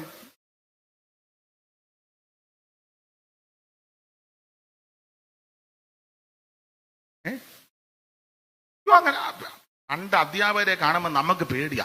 സാറ് വരും, സാറ് പോയി കഴിഞ്ഞാൽ നമ്മള് ഇന്ന് നേരെ തിരിച്ചാ, സാറ് എന്റെ സ്റ്റുഡന്റ് ആണെന്ന് എന്നിട്ട് ചോദിക്കും, സാറേ അവൻ പോയോന്ന് ചോദിക്കും. ഞാൻ തമാശ പറഞ്ഞതല്ല, പേടിച്ചാ സാറന്മാര് നടക്കുന്നേ. ആട്ടെ, നമ്മുടെ വിഷയമല്ലല്ലോ പോയി. അപ്പൊ എല്ലാവർക്കും കേൾക്കാൻ പറ്റാവുന്ന ഒരേ ഒരു വാർത്ത സുവിശേഷമാണ്. ആംഗലേയ ഭാഷയൊന്നും വലിയ വശമില്ല, നിങ്ങൾക്കൊക്കെ ഭാഷാജ്ഞാനമുള്ളവരാ. നല്ല വാർത്തയാ ന്യൂസ്. NEW, ഏതായാലും ഒരു ഇംഗ്ലീഷ് ഇരിക്കട്ടെ, നമ്മുടെ കൺവെൻഷൻ തുടങ്ങുകയല്ലേ. NEWS, ന്യൂസ്, വാർത്ത, സുവിശേഷം, നല്ല വാർത്ത, ഗുഡ് ന്യൂസ്, സദ്വർത്തമാനം, നല്ല വാർത്ത. ഈ news N north, E east, W west, S south എന്ന് പറഞ്ഞാൽ നോർത്തിലും വെസ്റ്റിലും ഈസ്റ്റിലും സൗത്തിലും ഉയർത്താൻ പറ്റാവുന്ന ഒരേ ഒരു വാർത്ത സുവിശേഷമാണ്. അത് ആ സുവിശേഷത്തിന്റെ വിശേഷത. ഇതുപോലൊരു നല്ല വാർത്ത വേറെ ഇല്ല. ഈ വാർത്ത എവിടെയും പറയാം, ആരോടും പറയാം, എപ്പോഴും പറയാം. എവിടെ ഉയർത്താൻ പറ്റുന്ന ഒരേ ഒരു വാർത്ത, നല്ല വാർത്ത, അത് സത്യസുവിശേഷമാണ്. ജയിക്കുമേ, സുവിശേഷം ലോകം ജയിക്കുമേ, പേയുടെ ശക്തികൾ നശിക്കുമേ, സകല ലോകരും യേശുവിൻ നാമത്തിൽ വണങ്ങുമേ, തലകുനിക്കുമേ, അതു ബഹു സന്തോഷമേ. ജയിക്കുമേ, സുവിശേഷം ലോകം ജയിക്കുമേ, പേയുടെ ശക്തികൾ നശിക്കുമേ, യേശുവിൻ നാമത്തിൽ വണങ്ങുമേ, തലകുനിക്കുമേ, അതു ബഹു സന്തോഷമേ. കരമുയർത്തി ദൈവത്തിന് മഹത്വം കൊടുക്ക്. എവിടെയും കേൾപ്പിക്കാൻ കൊള്ളാവുന്ന ഒരേ ഒരു വാർത്ത, അത് സുവിശേഷമാണ്. എല്ലാരും കേൾക്കണം, എല്ലാരും കേൾക്കണം. മറ്റു വാർത്തകളൊന്നും എല്ലാരും കേൾക്കാനും എല്ലാരും കേൾപ്പിക്കാനും കൊള്ളുകയല്ല. ഈ വാർത്ത എല്ലാവരും കേൾക്കാം, സകല ജാതികളും. സുവിശേഷം കേട്ടാലുള്ള ഗുണം എന്നാ? ലൂക്കോസിന്റെ സുവിശേഷം 2:10. സുവിശേഷം കേട്ടാലുള്ള ഗുണം 2:10. പെട്ടെന്ന്. ദൂതൻ അവരോട്, ഭയപ്പെടേണ്ട, സർവ്വജനത്തിനും ഉണ്ടാവാനുള്ള ഒരു മഹാസന്തോഷം ഞാൻ നിങ്ങളോട് സുവിശേഷിക്കുന്നു. കർത്താവായ ക്രിസ്തു എന്ന രക്ഷിതാവ് ഇന്ന് ദാവീദിന്റെ പട്ടണത്തിൽ നിങ്ങൾക്കായി ജനിച്ചിരിക്കുന്നു. ആ കണ്ണിക തുടങ്ങുമ്പം 8 മുതൽ 13 വരെ വായിക്കുമ്പം അന്ന് ആ പ്രദേശത്ത് ഇടയന്മാർ രാത്രിയിൽ ആട്ടിൻകൂട്ടത്തെ കാവൽ കാത്ത് വെളിയിൽ പാർത്തിരുന്നു. അപ്പോൾ കർത്താവിന്റെ ഒരു ദൂതൻ അവരുടെ അരികെ നിന്നു. കർത്താവിന്റെ തേജസ്. അതെ, സമയം പോയത് കൊണ്ട് വായിച്ച സമയം കളയിപ്പിക്കുന്നില്ല. ആ ലൂക്കോസിന്റെ സുവിശേഷം 2-ാം അധ്യായത്തിന്റെ 8 മുതൽ 13 വരെ വായിക്കുമ്പോൾ സുവിശേഷത്താൽ സംഭവിക്കുന്ന ചില കാര്യങ്ങളുണ്ട്. സുവിശേഷത്താൽ വരുന്ന ഗുണങ്ങൾ. ഒന്ന്, ഇരുട്ട് മാറി. കാരണം അവിടെ ഒരു പദമുണ്ട്, രാത്രിയിലായി സംഭവം നടക്കുന്നത്. രാത്രി എന്നൊരു പദമുണ്ടല്ലോ മോളെ, രാത്രിയിൽ. അങ്ങനെ ഉണ്ട്. അന്ന് ആ പ്രദേശത്ത് ഇടയന്മാർ രാത്രി. അപ്പൊ ഇത് രാത്രിയില്ല. താഴത്തെ വാക്യത്തിൽ ഒരു വലിയ വെളിച്ചം മിന്നി എന്ന് പറഞ്ഞാൽ, വെളിച്ചം മിന്നിയപ്പോൾ ഇരുട്ട് മാറി. സുവിശേഷത്തിന്റെ വിശേഷത ഇരുട്ട് മാറ്റും. നിന്റെ ജീവിതത്തിന്റെ ഇരുട്ട് മാറ്റും, കുടുംബത്തിന്റെ ഇരുട്ട് മാറ്റും, ദേശത്തിന്റെ ഇരുട്ട് മാറ്റും, രാജ്യങ്ങളുടെ ഇരുട്ട് മാറ്റും, രാഷ്ട്രങ്ങളുടെ ഇരുട്ട് മാറ്റുവാൻ കഴിവുള്ള ഒറ്റ മാർഗമേ ഉള്ളൂ, അത് സുവിശേഷമാണ്. മദ്യത്തിനും മയക്കുമരുന്നിനും ലഹരി പദാർത്ഥങ്ങൾക്ക് അടിമപ്പെട്ട് വീട്ടുകാർക്കും നാട്ടുകാർക്കും ഒക്കെ ദോഷമായി ജീവിച്ച് നാട്ടുകാർക്ക് പേടി സുപനമായി ഇവൻ ചത്തുപോയാൽ മതി എന്ന് നേർച്ച വരെ നേർന്ന ആൾക്കാരുണ്ട് ചിലരെ പറ്റി. പക്ഷേ അങ്ങനെയുള്ളവർക്ക് പോലീസിന്റെ ലാത്തിയോ തത്വസംഹിതകൾക്കോ പ്രത്യേക ശാസ്ത്രങ്ങൾക്കൊന്നും മാനസാന്തരം വരുത്താൻ കഴിയാതിരുന്നപ്പോൾ ഈ സുവിശേഷം അവരുടെ ഉള്ളത്തിൽ ചെന്ന് സുവിശേഷത്താൽ മനംമാറ്റം വന്ന് മാനസാന്തരം വന്ന് നല്ല കുഞ്ഞാടുകളെ പോലെ ജീവിക്കുന്ന 100 ആയിരക്കണക്കിന് സഹോദരി സഹോദരന്മാരുണ്ട്. അപ്പോൾ ജീവിതത്തിന്റെ ഇരുട്ട് മാറ്റുന്നതാണ് സുവിശേഷം. എത്രയെത്ര കുടുംബങ്ങൾ രക്ഷപ്പെട്ട് ആമൻ അധപ്പതിച്ച് നശിച്ച് പാരമ്പര്യത്തിന്റെ ശക്തികളാലും ആമൻ മറ്റ് ബന്ധനങ്ങളാലൊക്കെ മുണ്ടക്കോല് തല്ലി എത്ര കുടുംബങ്ങൾ സുവിശേഷത്തിന്റെ ദിവ്യ വെളിച്ചം അവിടെ ചെന്ന് ആ കുടുംബത്തിന്റെ സ്ഥിതിക്കൊക്കെ മാറ്റം വന്നില്ലേ? അനുഭവിച്ചവർ ഇതിനകത്ത് ഇരിപ്പുണ്ട്. കയ്യും കെട്ടിയിരിക്കാതെ വേണയോ താല്പര്യാന്ന് ഒരു ഹല്ലേലൂയ പറ. സ്തോത്രം. സുവിശേഷത്തിന്റെ കുടുംബത്തിന്റെ അന്ധത മാറ്റിയതാ, രാജ്യങ്ങളുടെ അന്ധത മാറ്റിയില്ലയോ? എന്തിനാ ദൂരോട്ട് പോകുന്നത്? കേരളത്തിൽ തന്നെ അയിത്തമുള്ള കാലം പട്ടിക്കും പന്നിക്കും ഒക്കെ വഴി കൊണ്ട് നടക്കാൻ മനുഷ്യന് നടക്കാൻ മേല. ഇതുപോലെ വീറും വൃത്തിയുള്ള തുണി കൊടുത്തോണ്ട് എല്ലാവർക്കും റോഡിൽ കൂടൊന്നും ഒരു കാലത്ത് നടക്കാനൊക്കത്തില്ല. സ്തോത്രം. പള്ളിക്കൂടത്തിൽ കയറ്റുകയല്ല. പള്ളിക്കൂടത്ത് കയറിയാൽ പള്ളിക്കൂടത്തിന് തീ വെക്കും. അപ്പൊ പിന്നെ തീ വെക്കത്തില്ല, പക്ഷെ ആരും കയറുന്നുമില്ല, നേരെ തിരിഞ്ഞു. അപ്പൊ ചുരുക്കി പറഞ്ഞ അന്ന് പള്ളിക്കൂടത്തിൽ കയറ്റുകയല്ല. ആശുപത്രി ചെന്നേ മരുന്ന് കൊടുക്കുകയല്ല, എല്ലാവർക്കും കൊടുക്കുകയല്ല. പാവത്തങ്ങൾക്കൊക്കെ ആ മരുന്ന് കൊടുക്കുന്നത്, പക്ഷെ അതവർ സൈഡിൽ കൂടെ വിൽക്കും. തന്നെയല്ല, ഡോക്ടർമാർ വന്ന് ദേഹത്ത് ഇല്ല കുഴൽ വെച്ച് പരിശോധിക്കല. അയിത്തമുള്ളതല്ല, ഇപ്പോഴല്ല, പണ്ട് അപ്പോത്തിക്കിരി എന്നാ പറയുന്നത്. എല്ലാവരും ഒന്നും പരിശോധിക്കാല്ല. അതൊക്കെ നല്ല നല്ല ആൾക്കാരെ അവരടുത്തിരുത്തി പരിശോധിപ്പിച്ച് രോഗിയൊക്കെ ചോദിച്ചു പോകും. ഉണ്ടല്ലോ അങ്ങനെയുള്ളവരെ താഴേക്കിടയിലുള്ളവരുടെ അടുക്ക് ചെന്ന് സഹകരിക്കുകയോ അടുത്തിരുത്തുകയോ കുടൽ വെച്ച് പരിശോധിക്കുകയില്ല. അവരെയൊക്കെ ദൂരെ ഇങ്ങനെ മാറ്റി നിർത്തും, ഇങ്ങനെ നോക്കും എത്ര എണ്ണം ഉണ്ട്. അണ്ടാവിനകത്ത് കലക്കി വെച്ചുകൊണ്ടിട്ട് മഞ്ഞവെള്ളം. തള്ളമാരെല്ലാം വലിയ മണ്ണെണ്ണക്കുപ്പിയായിട്ടാണ് എന്നേക്കുന്നത്. ഓരോ കുപ്പി മേടിച്ച് അവിടെ മുതലേ പണ്ട് ഞാൻ കണ്ടത് ഒരു തള്ള അവിടെ മുതൽ കുടിച്ചങ്ങ് പോവുക. പരവേശം എടുക്കുന്നുണ്ടെന്ന് വന്ന് മറ്റേ പുള്ളി തള്ളയോട് ചോദിച്ചു, നിനക്ക് നിറച്ച് കിട്ടിയില്ലയോ എന്ന്. തള്ള പറഞ്ഞ് ഞാൻ നാളെ വരുന്നുണ്ട്. അപ്പോൾ ഒരു ദിവസത്തേക്കായി 10 കുടത്തിനുള്ള കുപ്പി ഇന്നങ്ങ് കുടിക്കുക, അന്ന് വെള്ളം കുടിക്കും പോലെ. അത് കുറച്ചൊക്കെ രക്ഷപ്പെടുന്നുമുണ്ട് കേട്ടോ. അപ്പം മറ്റവർക്ക് നല്ല മരുന്നൊന്നും കൊടുക്കുകയല്ല. അപ്പൊ ഞങ്ങളുടെ ഒരു അപ്പച്ചൻ ഇതെല്ലാം കണ്ടുകൊണ്ടൊരു പാട്ടിന്റെ വരി എഴുതി, നല്ല നല്ല മരുന്നുകൾ മെല്ലമേ കരത്തിലാക്കി ചില്ലയിലെ കാച്ചവർകളെ തുത്തിടുന്നു. ഇവർക്ക് കൊടുക്കേണ്ട മരുന്നാ, കൊടുക്കുകയല്ല, അവരെ സൈഡിൽ കൂടെ വിൽക്കും. നല്ല നല്ല മരുന്നുകൾ മെല്ലമേ കരത്തിലാക്കി ചില്ലയിലെ കാച്ചവർകളെ തുത്തിടുന്നു. ഒട്ടുകുപ്പായക്കാരെ കണ്ടാൽ ഒപ്പം പിടിച്ചിരുത്തി കുപ്പിയിലെ മരുന്നുകൾ കൊടുത്തിടുന്നു. ഒട്ടുകുപ്പായക്കാരെ കണ്ടാൽ ഒപ്പം പിടിച്ചിരുത്തി കുപ്പിയിലെ മരുന്നുകൾ കൊടുത്തിടുന്നു. സർക്കാർ ആശുപത്രികൾ ഈ വിധമായാൽ സാധുജന. ഈ അപ്പച്ചനാ പാട്ടറിയാം, അച്ഛനാ പാട്ടറിയാം അല്ലേ? കേട്ടിട്ടില്ലേ? രണ്ടൊക്കെ ഇപ്പൊ അറിയാവുന്ന. പിന്നെ മരുന്ന് പരിശോധിക്കുന്ന ആൾക്കാരുണ്ട്, വേറെ ആൾക്കാരെ പരിശോധിക്കും, നമ്മളെ ഒന്നും പരിശോധിക്കുകയല്ല. അത് പറഞ്ഞാൽ പ്രശ്നമായിരിക്കാം, പക്ഷെ നമുക്ക് പാടാം. ഒരു തല്ല് കൊണ്ടാലും തിരക്കേടില്ല. കെട്ടുപ്രായം തികയാത്ത തരുണിമൾ വന്നിടുമ്പോൾ മട്ടുമാറി എഴുന്നേക്കും, പരിശോധിക്കും, അവരെ പരിശോധിക്കും. ഞാനെന്ന് ചെന്നാ പരിശോധിക്കും, ഞാൻ ചെന്നാലും പരിശോധിക്കുകയല്ല. നമ്മളെ ഇനി പരിശോധിച്ചിട്ടും.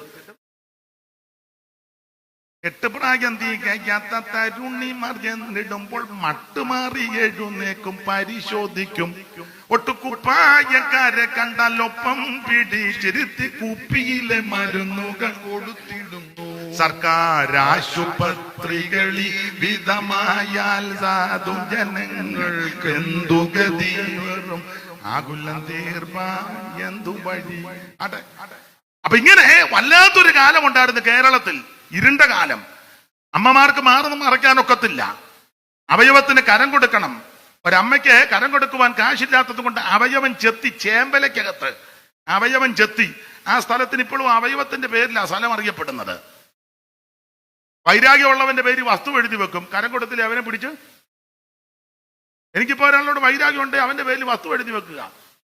ചുമതലപ്പെട്ടൊരു കരം തരാൻ പറയുമ്പോൾ എനിക്ക് വസ്തുവില്ല, പിന്നെ ഇതെല്ലാം നിന്റെ വസ്തുവല്ലേ, അപ്പൊ 10 ഏക്കർ എഴുതി വെച്ചിരിക്കുക. അങ്ങനത്തെ കാലം ഉണ്ടായിരുന്നു. മല്ലപ്പള്ളിക്കടുത്ത് ഒരു സ്ഥലമുണ്ട്, വെട്ടുകണ്ടം. അടിമകളെ കൊണ്ടുപോയി വിൽക്കുകയും എതിർത്താൽ കണ്ടിക്കും. വെട്ടുകണ്ടം എന്ന സ്ഥലം അറിയപ്പെടുന്നത്. ഹാബേൽ ഫൗണ്ടേഷന്റെ ചരിത്രമൊക്കെ പറ്റിയിട്ടുള്ളവർക്കറിയാം. ഞാൻ ആ ഭാഗത്തേക്ക് പോകുന്നില്ല. ദൈവത്തിന് മഹത്വം. ഇങ്ങനെ അന്ധകാര നിബിഡമായൊരു കാലം, ഇരുണ്ട കാലം. ആ ഇരുട്ടിന് മാറ്റം വരുത്തിയത് വെളിച്ചമാകുന്ന സുവിശേഷം വന്നതുകൊണ്ടാണ്. Praise the Lord. സുവിശേഷം വന്നതുകൊണ്ടാണ് ഇതിന് മാറ്റം വരുന്നത്. സുവിശേഷം ഇരുട്ട് മാറ്റുന്ന മാർഗമാ. വ്യക്തിപരമായ ഇരുട്ട്, കുടുംബത്തിന്റെ ഇരുട്ട്, ദേശത്തിന്റെ ഇരുട്ട്, രാജ്യങ്ങളുടെ ഇരുട്ട് മാറ്റും. അല്ല സുവിശേഷം. ആഫ്രിക്കയുടെ ചരിത്രമൊക്കെ എല്ലാം കേൾക്കുന്നതുകൊണ്ട് പറയുന്നില്ല. മനുഷ്യനെ തിന്നുന്നവരായിരുന്നു, പക്ഷെ സുവിശേഷം ചെന്നതുകൊണ്ട് അവർ നരസ്നേഹികളായി തീർന്നത്.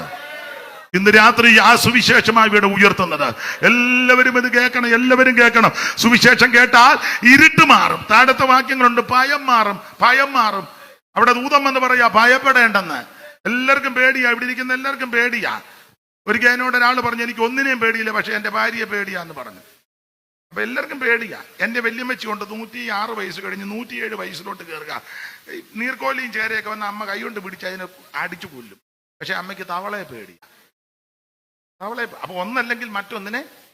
അലക്സാണ്ടർ ആന്ന് തോന്നുന്നു സമുദ്രത്തെ നോക്കിയിട്ട് ആക്രോശിച്ച് കരയായിരുന്നെ ഞാൻ വെട്ടിപ്പിടിക്കുമെന്ന്. പക്ഷെ പുള്ളിക്ക് കണ്ടംപൂച്ചയെ പേടിയായിരുന്നെന്ന. ചില വിശ്വാസികൾക്ക് ഉപദേശിമാരെ പേടിയാ, ദൈവത്തെ പേടിയില്ല. പാസ്റ്റർ വരുന്നു. അതുവരെ കുഞ്ഞായ്മയും കുരുക്കും ഒപ്പിച്ചുകൊണ്ടിരിക്കുക.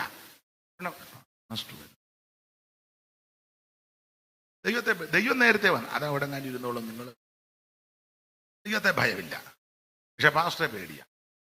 ആണെന്ന് ചില പാസ്റ്റർമാർക്ക് സഭയിലെ മൂപ്പന്മാരെ പേടിയാ. വേവിച്ചാനെ ക്ഷിപ്രകോപിയ. വേവിച്ചാനോടൊന്നും കയറി പെട്ടെന്ന് ചുമ്മാ ബേബിയുടെ കള്ളത്തരം. നീ ഐജിയുടെ മുന്നിൽ ചെന്ന് പറയാം, ഐജി വേവിച്ചാൻ ഒന്നും പറയരുത്, ഞങ്ങളുടെ സഭയിലെ മെയിൻ ആളാ, പൂപ്പ് പാട്ടും. നീ ചോരയുള്ള നായരെ ഇതുവരെ കണ്ടിട്ടില്ല. നീ ദൈവത്തെ ഭയപ്പെട്, യഹോവയെ ഭയപ്പെട്ട അവന്റെ വഴികൾ നടക്ക്. പ്രായമുള്ളവരെയും ദൈവദാസന്മാരെയും ബഹുമാനിക്കുകയും ആദരിക്കുകയും ചെയ്യണം. ഭയപ്പെടേണ്ടത് ദൈവത്തെയാ. യഹോവയെ ഭയപ്പെട്ടവന്റെ വഴിയിൽ നടക്കണം. അപ്പൊ ഓർപ്പില്ല, ഭയം മാറ്റുന്ന മാർഗമാ സുവിശേഷം. ഒന്ന് ഇരുട്ട് മാറ്റും, രണ്ട് ഭയം മാറ്റും, മൂന്ന് സന്തോഷം നൽകും, നാലാമത് അവിടെ ഒരു പദമുണ്ട്. നിങ്ങൾക്കായി ഒരു രക്ഷകൻ, രക്ഷിതാവ് നമുക്കൊരു രക്ഷകനെ കിട്ടി. അതാണ് നസ്രായൻ. ഇന്ന് രാത്രി ആ സുവിശേഷമായി ഇവിടെ മുഴങ്ങുന്നത്. എന്താണ് സുവിശേഷം? യേശു ക്രിസ്തു. എന്തിനാ സുവിശേഷം? സകലരും രക്ഷപ്പെടാൻ. ആരാ സുവിശേഷം കേൾക്കേണ്ടത്? സകല ജാതികളും കേൾക്കണം. സുവിശേഷം കേട്ടാലുള്ള ഗുണമെന്നാ? ഒന്ന് ഇരുട്ട് മാറ്റും, രണ്ട് ഭയം മാറ്റും, മൂന്ന് സന്തോഷം കിട്ടും, നാല് നമുക്കൊരു രക്ഷകനെ കിട്ടി. അതാണ് സുവിശേഷത്തിന്റെ മാഹാത്മ്യം.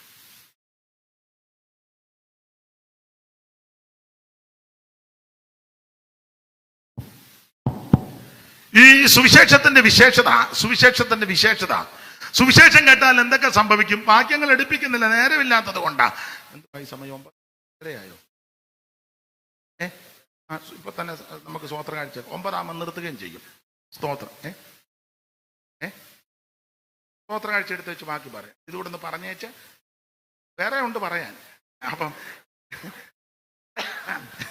ഇതുകൂടെ പറഞ്ഞേച്ചേ നമുക്ക് സ്തോത്ര കാഴ്ച എടുക്കാം. അത് കഴിഞ്ഞ് വേറെ ചില കാര്യം പറയാനുണ്ട്. എടുത്ത വാക്യത്തോട് കൂറ് പുലർത്തണ്ടേ. എല്ലാം ഞാൻ 9 നിർത്താം. അപ്പൊ ശ്രദ്ധിക്കുക, സുവിശേഷത്താൽ എന്തൊക്കെ സംഭവിക്കും? ശരിയായ നിലയിൽ സുവിശേഷം കേട്ടാൽ ഒന്ന് മാനസാന്തരം ഉണ്ടാകും. മാനസാന്തരം. വാക്യങ്ങൾ എടുപ്പിക്കുന്നില്ല. സുവിശേഷം ശരിക്ക് കേട്ടാൽ മാനസാന്തരം. ഒരു തെളിവിന് ഒരു വാക്യം വായിച്ചോ, പെട്ടെന്ന് വായിച്ചോ. സുവിശേഷം കേട്ടാൽ എന്ത് സംഭവിക്കും? ഒന്ന് മാനസാന്തരം ഉണ്ടാകും. ദൈവത്തിന് മഹത്വം. ഒന്ന് വായിച്ചാട്ടെ, മർക്കോസിന്റെ സുവിശേഷം. മർക്കോസ് 1 അധ്യായത്തിന്റെ 14 വാക്യം വായിച്ചേ. മർക്കോസ് 1:14. എന്നാൽ യോഹന്നാൻ തടവിലായ ശേഷം യേശു ഗലീലയിൽ ചെന്നു ദൈവരാജ്യത്തിന്റെ സുവിശേഷം പ്രസംഗിച്ചു. കാലം തികഞ്ഞു, ദൈവരാജ്യം സമീപിച്ചിരിക്കുന്നു, മാനസാന്തരപ്പെട്ട് സുവിശേഷത്തിൽ വിശ്വസിപ്പിക്കുക. സുവിശേഷം കേട്ടാൽ ഒന്ന് മാനസാന്തരം ഉണ്ടാകും. എന്തുവാ ഈ മാനസാന്തരം? ഒറ്റവാക്കി പറയാം, വിശദീകരിക്കുന്നില്ല. മാനസാന്തരം തിരിഞ്ഞു വരണം. അപ്പോസ്തല പ്രവൃത്തി 3 അധ്യായത്തിന്റെ 19 വാക്യം ഒന്ന് വായിച്ചേ. 3:19. എന്തായി മാനസാന്തരം? ആകയാൽ നിങ്ങളുടെ പാപങ്ങൾ മാഞ്ഞു കിട്ടേണ്ടതിന് മാനസാന്തരപ്പെട്ട് തിരിഞ്ഞുകൊള്ളി. അപ്പൊ മാനസാന്തരം ഞാൻ തിരിഞ്ഞു വരണം. നേരത്തെ പോയ വഴിയിൽ കൂടെ ഒന്നും പോകരുത്, അവിടുന്ന് നേരെ തിരിയണം. അതാ മാനസാന്തരം. നമ്മൾ മാനസാന്തരപ്പെട്ടിട്ടും പിന്നെ അതിലേ തന്നെയാ പോകുന്നത്. ഇടയ്ക്കിടക്കൊന്ന് നിന്നേച്ചൊന്ന് നോക്കുന്നുണ്ട്, തിരിയണമെന്നാണല്ലോ. തന്നെയല്ല, നമ്മൾ പെന്തിക്കോസുകാര് ഈ ഉപേക്ഷിക്കുന്നെന്ന് പറയുന്നത് പുറകോട്ടാ ഉപേക്ഷിക്കേണ്ട, പക്ഷേ നമ്മളെല്ലാം മുന്നോട്ടാ ഉപേക്ഷിക്കുന്നത്. ഉപേക്ഷിക്കേണ്ടത് പുറകോട്ടാ എറിയേണ്ടത്, ഇല്ലേ? നമുക്കൊരു സാധനം വേണ്ട, അത് പുറകോട്ടെറിഞ്ഞേച്ച് നമ്മളങ്ങ് പോവുക. പക്ഷെ നമ്മൾ പെന്തിക്കോസുകാർ ചിലര് എല്ലാവരും മുന്നോട്ടാ എറിയുന്നത്. കമ്മലും മാലയും വേണ്ടെന്ന് പറഞ്ഞ് 47 മുന്നോട്ടെറിഞ്ഞു. 2020 ഞാൻ ഇപ്പം നടന്നു വന്ന് അത് എടുത്തോണ്ട് ഇതല്ലേ ഇപ്പോഴത്തെ ഞാൻ പറയുന്ന മനസ്സിലാകാരിയാണോ ചേച്ചാ? നിങ്ങൾ പറ. അങ്ങനെ ഇപ്പോഴത്തെ മാനസാന്തര. പക്ഷെ അന്ന് പുറകോട്ടെറിഞ്ഞേച്ച അവര് മുന്നോട്ട് നടന്നു, നമ്മള് മുന്നോട്ടെറിഞ്ഞേച്ച 2025 ഞാൻ പറഞ്ഞ് ഇടുന്നവർക്ക് കുഴപ്പമില്ല, ഇടണമെങ്കിൽ ഇടണ്ടെങ്കിൽ ഇടണ്ട. As you like. ഒരു ഇംഗ്ലീഷും കൂടി ഇരിക്കട്ടെ. തെറ്റിയോ? കേട്ടൊരു ഇംഗ്ലീഷ് ചുമ്മായിരിക്കല്ലേ. വേണ്ടാന്നുള്ളത് പുറകോട്ടാ കളയണ്ടേ. പിൻപിലുള്ളതിനെ ഞാൻ മറന്നു, മുൻപിൽ കൊണ്ടു ലാഗിലേക്കോടിടുന്നു. പിൻപിലുള്ളതിനെ ഞാൻ മറന്നു, മുൻപിലുള്ളതിനായി താഞ്ഞും കൊണ്ട് ലാഗിലേക്കോടിടുന്നു. പാരിൽ പലവിധ പാടുകളിടുമ്പോൾ പാദം പതറിടാതെ ഈലോടിടഞ്ഞ പാരിൽ പലവിധ പാടുകളിടുമ്പോൾ പതറിടാതെ ഈലോടിടഞ്ഞാൻ പ്രത്യാശയേറിടുന്നേ. എന്റെ പ്രിയനുമായുള്ള ഓർത്തിടും പ്രത്യാശയേറിയിടും. അപ്പൊ ശ്രദ്ധിക്കുക, ഓടിച്ചു പറയുക, ശരിയായി സുവിശേഷം കേട്ടാൽ മാനസാന്തരം ഉണ്ടാകും. എന്താ മാനസാന്തരം? തിരിഞ്ഞു വരണം. രണ്ട്, വിശദീകരിക്കുന്നില്ല. മാനസാന്തരം വഷളത്തം വിടുന്നതാ. അപ്പോസ്തല പ്രവൃത്തി 8-ാം അധ്യായത്തിന്റെ 21-ാം വാക്യം വായിച്ചേ. വഷളത്തം വിടണം, അതാ മാനസാന്തരം. മോളെ പെട്ടെന്ന് വായിച്ചോ. നിന്റെ ഹൃദയം ദൈവസന്നിധിയിൽ നേരുള്ളതല്ലായക നിന്റെ ഹൃദയം ദൈവസന്നിധിയിൽ നേരുള്ളതല്ലായക കൊണ്ട് ഈ കാര്യത്തിൽ നിനക്ക് പങ്കും ഓഹരിയുമില്ല. ഒന്നുമില്ല. അടുത്തത്, നീ ഈ വഷളത്വം വിട്ട് മാനസാന്തരപ്പെട്ടു. അപ്പൊ മാനസാന്തരപ്പെടുകയാന്ന് പറഞ്ഞാൽ വഷളത്വം വിടുന്നതാ. വഷളായ ഒരു കാര്യവും പറയുകയും പ്രവർത്തിക്കുകയും ചെയ്യരുത്, അത് വിടണം. അതാ മാനസാന്തരം. അപ്പൊ സുവിശേഷം കേട്ടാൽ മാനസാന്തരം ഉണ്ടാകും. മാനസാന്തരം വരാത്ത സുവിശേഷമല്ല. 5 കുപ്പി കുടിക്കുമായിരുന്നു. ഇപ്പം പുള്ളി മാനസാന്തരപ്പെട്ടതിന് 1 കുപ്പിയെ കുടിക്കുള്ളൂ. പുള്ളി ചാർമിനാറാ പണ്ട് വലിച്ചോണ്ടിരുന്നേ. ഇപ്പൊ പുള്ളി കുറ്റിവീടിയാ. ഞാൻ പറയുന്നത് മനസ്സിലാകുന്നില്ലേ? സ്തോത്രം. പുള്ളി പണ്ട് തെറി പറയുമായിരുന്നു, ഇപ്പൊ തെറി പറയത്തില്ല. പക്ഷെ അത്ര കട്ടിക്ക്.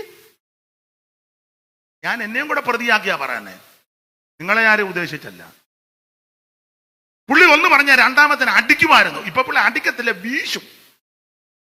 അതാണോ മാനസാന്തരം? ഞാൻ 1-ാം പ്രതി ഞാനാ, നിങ്ങളെ ആരെയും ഉദ്ദേശിച്ചല്ല പറഞ്ഞു. ഞാൻ എന്നെ പ്രതിയാക്കിയാ പറയാൻ. ഓരോ പ്രസംഗം കഴിയുമ്പോഴും എനിക്കാ രൂപാന്തരം വരണ്ടേ. എന്നെ കേൾക്കുന്ന നിങ്ങൾക്കും ഞാനും നിങ്ങളും ആ മാനസാന്തരപ്പെടണ്ടേ.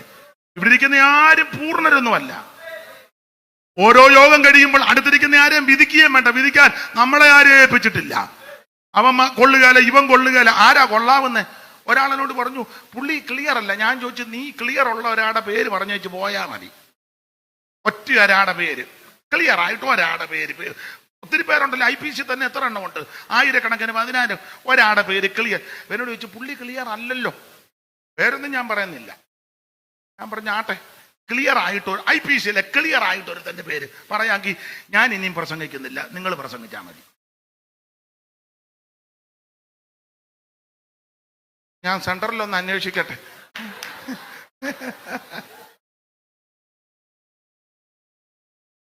എന്റെ പ്രിയരെ, നമ്മുടെ ദൈവം തമ്പുരാനല്ലാതെ എനിക്കും നിങ്ങൾക്കും തോന്നും ഈ സെന്ററിൽ അല്ലെ നമ്മുടെ വീട്ടിൽ ഈ സമൂഹത്തിൽ നമ്മൾ ക്ലിയർ ആണെന്ന് തോന്നും. പക്ഷെ ദൈവം നോക്കുമ്പോൾ എന്തെല്ലാം അപാകതകളാ, എന്തെല്ലാം ന്യൂനതകളാ. എനിക്ക് തോന്നുന്നു എന്നെ പോലൊരു വിശുദ്ധൻ ഇപ്പൊ ഇന്ത്യയിൽ സ്വർഗം ചിരിക്കുക. കൊള്ളാം കൊള്ളാം കൊള്ളാം. പിന്നെ ദൂതന്മാരുടെ ഈ മൈക്കില്ലാത്ത കൊണ്ട് അവര് ഒന്നും വന്ന് പറയുന്നില്ല. പറയാത്ത കൊണ്ട് നമ്മളെല്ലാം രക്ഷപ്പെട്ട് നിൽക്കുക. അയ്യോ, എന്തെല്ലാം ക്ഷമിച്ചാ ദൈവം നമ്മളെ ഇന്ന് രാത്രി നിർത്തിയിരിക്കുന്നേ. നമുക്ക് ക്ഷമിച്ചാൽ എന്നാ, നമുക്കൊന്ന് ഒന്ന് ക്ഷമ പറഞ്ഞാൽ എന്നാ, കുഴപ്പമെന്നാ? ദൈവം എന്തെല്ലാം ക്ഷമിച്ചാൽ നമ്മള് ഇവിടെ ആരും പൂർണ്ണരല്ല. പരിപൂർണനായിട്ട് ഒരുവൻ മാത്രമേ ഉള്ളൂ, നസറയനാകുന്ന യേശു. പക്ഷെ ഓരോ ദിവസവും ഞാനും നിങ്ങളും ഇത് കേൾക്കുമ്പോൾ യഥാസ്ഥാനപ്പെട്ട് മാനസാന്തരപ്പെടുക. ഓടിച്ചവങ്ങ് അങ്ങ് നിർത്താം. 1, തിരിഞ്ഞു വരണം. 2, വഷളത്തം വിടണം. യെശയ്യാപ്രവചനം 58 വഷളത്തം സംസാരിക്കുന്നത്. വഷളത്തം ഒന്നും സംസാരിക്കുകയും ചെയ്യരുത്. അത് നിങ്ങളുടെ ഇടയിൽ നിന്ന് നീക്കി കളയണം. മറ്റുള്ളവർക്ക് ദോഷമൊന്നും ഒപ്പിക്കരുത്. മറ്റുള്ളവർക്ക് പ്രയാസമായിട്ടൊന്നും വരുത്തരുത്. ആട്ടെ, ഞാൻ വിടുകയാ. സുവിശേഷം കേട്ടാൽ 2 എന്തോ സംഭവിക്കും. 2, സുവിശേഷം കേട്ടാൽ സ്നാനം ഉണ്ടാകും, സ്നാനം നടക്കും. കൊർന്നല്യോസിന്റെ വീട്ടിൽ പൗലോസ് പോയി, പത്രോസ് പോയി. അതിനു മുമ്പ് ആമൻ സ്തോത്രം ശമരിയാക്കാരോട് ഷണ്ണനോട് സുവിശേഷം പറഞ്ഞു പീലിപ്പോച്ചൻ. ആമൻ സ്തോത്രം തേലിൽ നിന്ന് യെശയ്യാ പ്രവാചകന്റെ പുസ്തകം വായിച്ചു, സുവിശേഷം പറഞ്ഞു. യേശുവിനെ പറ്റി വാക്യം വായിപ്പിക്കുന്നില്ല, യേശുവിനെ പറ്റി പറഞ്ഞ് സുവിശേഷം അറിയിച്ചു. വെള്ളമുള്ള സ്ഥലത്ത് വന്നപ്പോ ഷണ്ണൻ പറയുക, വെള്ളം അതിനാ എനിക്ക് സ്നാനപ്പെടണം. സ്നാനത്തെ പറ്റി ഒന്നും പറഞ്ഞില്ലല്ലോ. സ്നാനത്തെ പറ്റി പറഞ്ഞില്ലെങ്കിൽ സുവിശേഷം പറഞ്ഞു. ശരിക്കും സുവിശേഷം പറഞ്ഞാൽ, ശരിക്കും സുവിശേഷം കേട്ടാൽ നീ വെള്ളത്തിൽ മുങ്ങി പിതാവിന്റെയും പുത്രന്റെയും പരിശുദ്ധാത്മാവിന്റെ നാമത്തിൽ സ്നാനപ്പെടും. ഇതാണ് സുവിശേഷം. അത് യേശു ക്രിസ്തു. എന്തിനാണ് സുവിശേഷം? സകല മനുഷ്യരും രക്ഷപ്പെടാൻ. ആരാ സുവിശേഷം കേൾക്കണ്ടേ? സകല ജാതികളും ഇത് കേൾക്കണം. സുവിശേഷം കേട്ടാനുള്ള വിശേഷത 1, ഇരുട്ട് മാറും. 2 ഭയം മാറും, 3 സന്തോഷം ലഭിക്കും, 4 നമുക്കൊരു രക്ഷകനെ ലഭിക്കും. ആ സുവിശേഷം കേട്ടാൽ നടക്കുന്ന സംഭവങ്ങൾ എന്തൊക്കെ? 1, ശരിക്ക് സുവിശേഷം കേട്ടാൽ മാനസാന്തരം ഉണ്ടാകും. എന്തുവാ ഈ മാനസാന്തരം? തിരിഞ്ഞു വരവാ, വഷളത്തം വിടുന്നതാ. 2, സുവിശേഷം കേട്ടാൽ സ്നാനം നടക്കും. ഷണ്ണനോട് പീലിപ്പോസ് യെശയ്യാ പ്രവാചകന്റെ പുസ്തകം 53 അടിസ്ഥാനപ്പെടുത്തി സുവിശേഷം പറഞ്ഞു. വെള്ളമുള്ള സ്ഥലത്ത് വന്നപ്പോൾ ഷണ്ണൻ പറഞ്ഞു വെള്ളം എന്ന് പറഞ്ഞാൽ സ്നാനത്തെ പറ്റി അവിടെ പീലിപ്പോച്ചൻ പറഞ്ഞതായിട്ട് രേഖപ്പെടുത്തിയില്ല, പക്ഷെ സുവിശേഷം പറഞ്ഞു. ആ സുവിശേഷം കേട്ടപ്പോൾ അതിനകത്ത് സ്നാനമുണ്ട്. ആ സ്നാനമില്ലാത്തൊരു സുവിശേഷമല്ല. അപ്പോൾ സുവിശേഷം കേട്ടാൽ നടക്കുന്ന കാര്യങ്ങളാ സ്നാനം. 3, സുവിശേഷം കേട്ടാൽ അഭിഷേകം പ്രാപിക്കും. കൊർന്നല്യോസിന്റെ ഭവനത്തിൽ പത്രോസിനെ അയച്ചു. പുള്ളിക്ക് പോകാൻ അല്പം മടിയൊക്കെ ഉണ്ടായിരുന്നു. നമ്മുടെ ഇടയിലും അങ്ങനെയുള്ള ആൾക്കാരുണ്ട്. ചിലയിടത്ത് പോകാനും ചിലയിടത്ത് കൂടാനും ചിലയിടത്ത് നിന്ന് കഴിക്കാനും ചിലയിടത്ത് ഇരിക്കാനും ഒക്കെ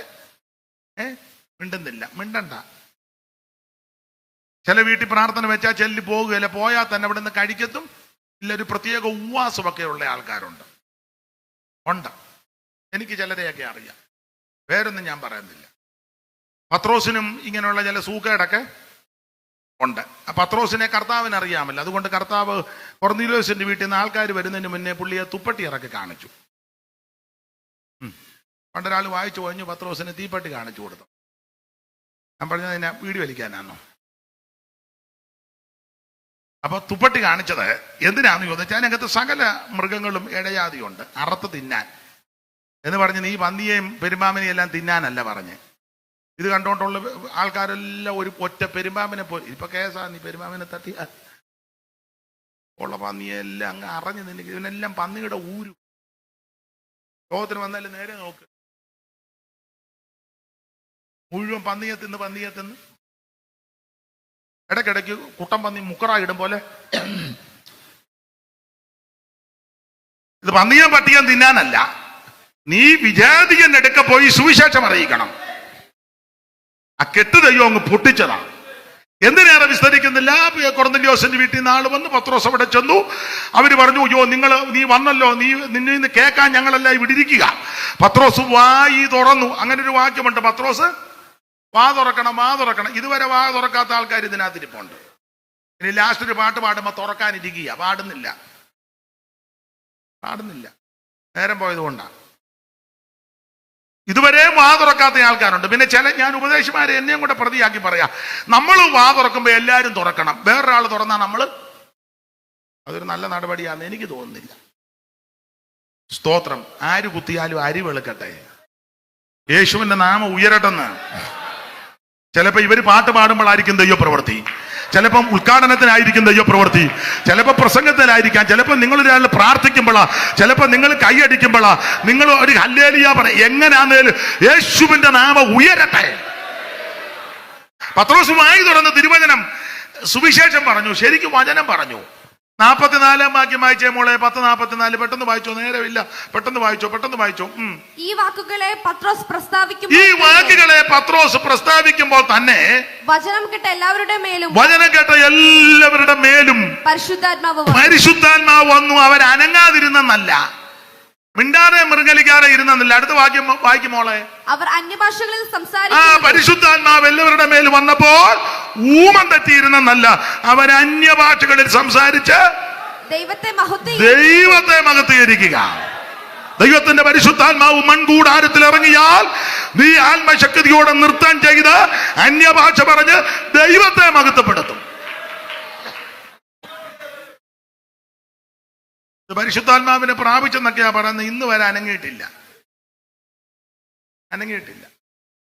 പ്രാപിച്ചതാണോ? പിന്നെ മാങ്ങാനും ജോസഫ് വന്നപ്പോൾ IPC-കാരങ്ങനെ പറയുന്നത്. ചർച്ചക്കോടുകാർ പറയും വാര്യാവരും വന്നപ്പോൾ. ആയിക്കോട്ടെ. എജിക്കാർ പറയും ജോൺ സാറ് വന്നപ്പോൾ പ്രാപിച്ചതാണ്. അത് നല്ല കാര്യം, പക്ഷെ അനങ്ങുന്നില്ലല്ലോ. ഇവിടെ പരിശുദ്ധാത്മാവ് ഓരോരുത്തരുടെ മേൽ വന്നു. അവർ അന്യഭാഷകളിൽ ദൈവത്തെ മഹത്വപ്പെടുത്തി ദൈവത്തെ സ്തുതിക്കുക. പരിശുദ്ധാത്മ സ്നാനം പ്രാപിക്കും ദൈവവചനം കേട്ടാ, സുവിശേഷം കേട്ടാ. വിവരിക്കുന്നില്ല. അപ്പൊ സുവിശേഷത്താൽ സംഭവിക്കുന്ന കാര്യം 1 മാനസാന്തരം, 2 സ്നാനം, 3 അഭിഷേകം, 4 വേർപാട്.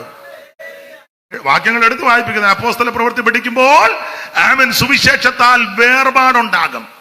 ആൾക്കാർ മാറ്റപ്പെടുക എന്നുള്ളതല്ല, ലോകത്തോടും പാപത്തോടും ആചാര അനുഷ്ഠാനങ്ങളോടൊക്കെ വേർപാട്. ദൈവമക്കൾ വേർപാട് പാലിക്കണം. നീ ബെന്തിക്കോസി വന്ന് ദൈവവചനമായി കഴിഞ്ഞാൽ നേരത്തെ രീതിയിലൊന്നും നടക്കരുത്.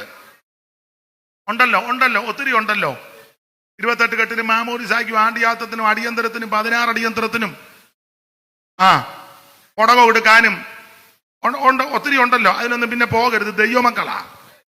ക്രിസ്തുമസ് ആഘോഷിക്കാനും ഓണം ഉണ്ണാനും ഈസ്റ്റർ ആഘോഷിക്കാനും അപ്പവും താറാവ് കറിയും തട്ടാൻ നീ വേർപാട് പാലിക്കണം. വേണ്ടായോ? ഇപ്പോഴും പോയി പാർട്ടിയുടെ കൊടിയും പിടിച്ചോണ്ടിരിക്കുക ബൂത്തില്. നമ്മുടെ സഭയിലെ സെക്രട്ടറിയാ ബൂത്തിലാണോ അവിടെ ഇരിക്കുന്നേ?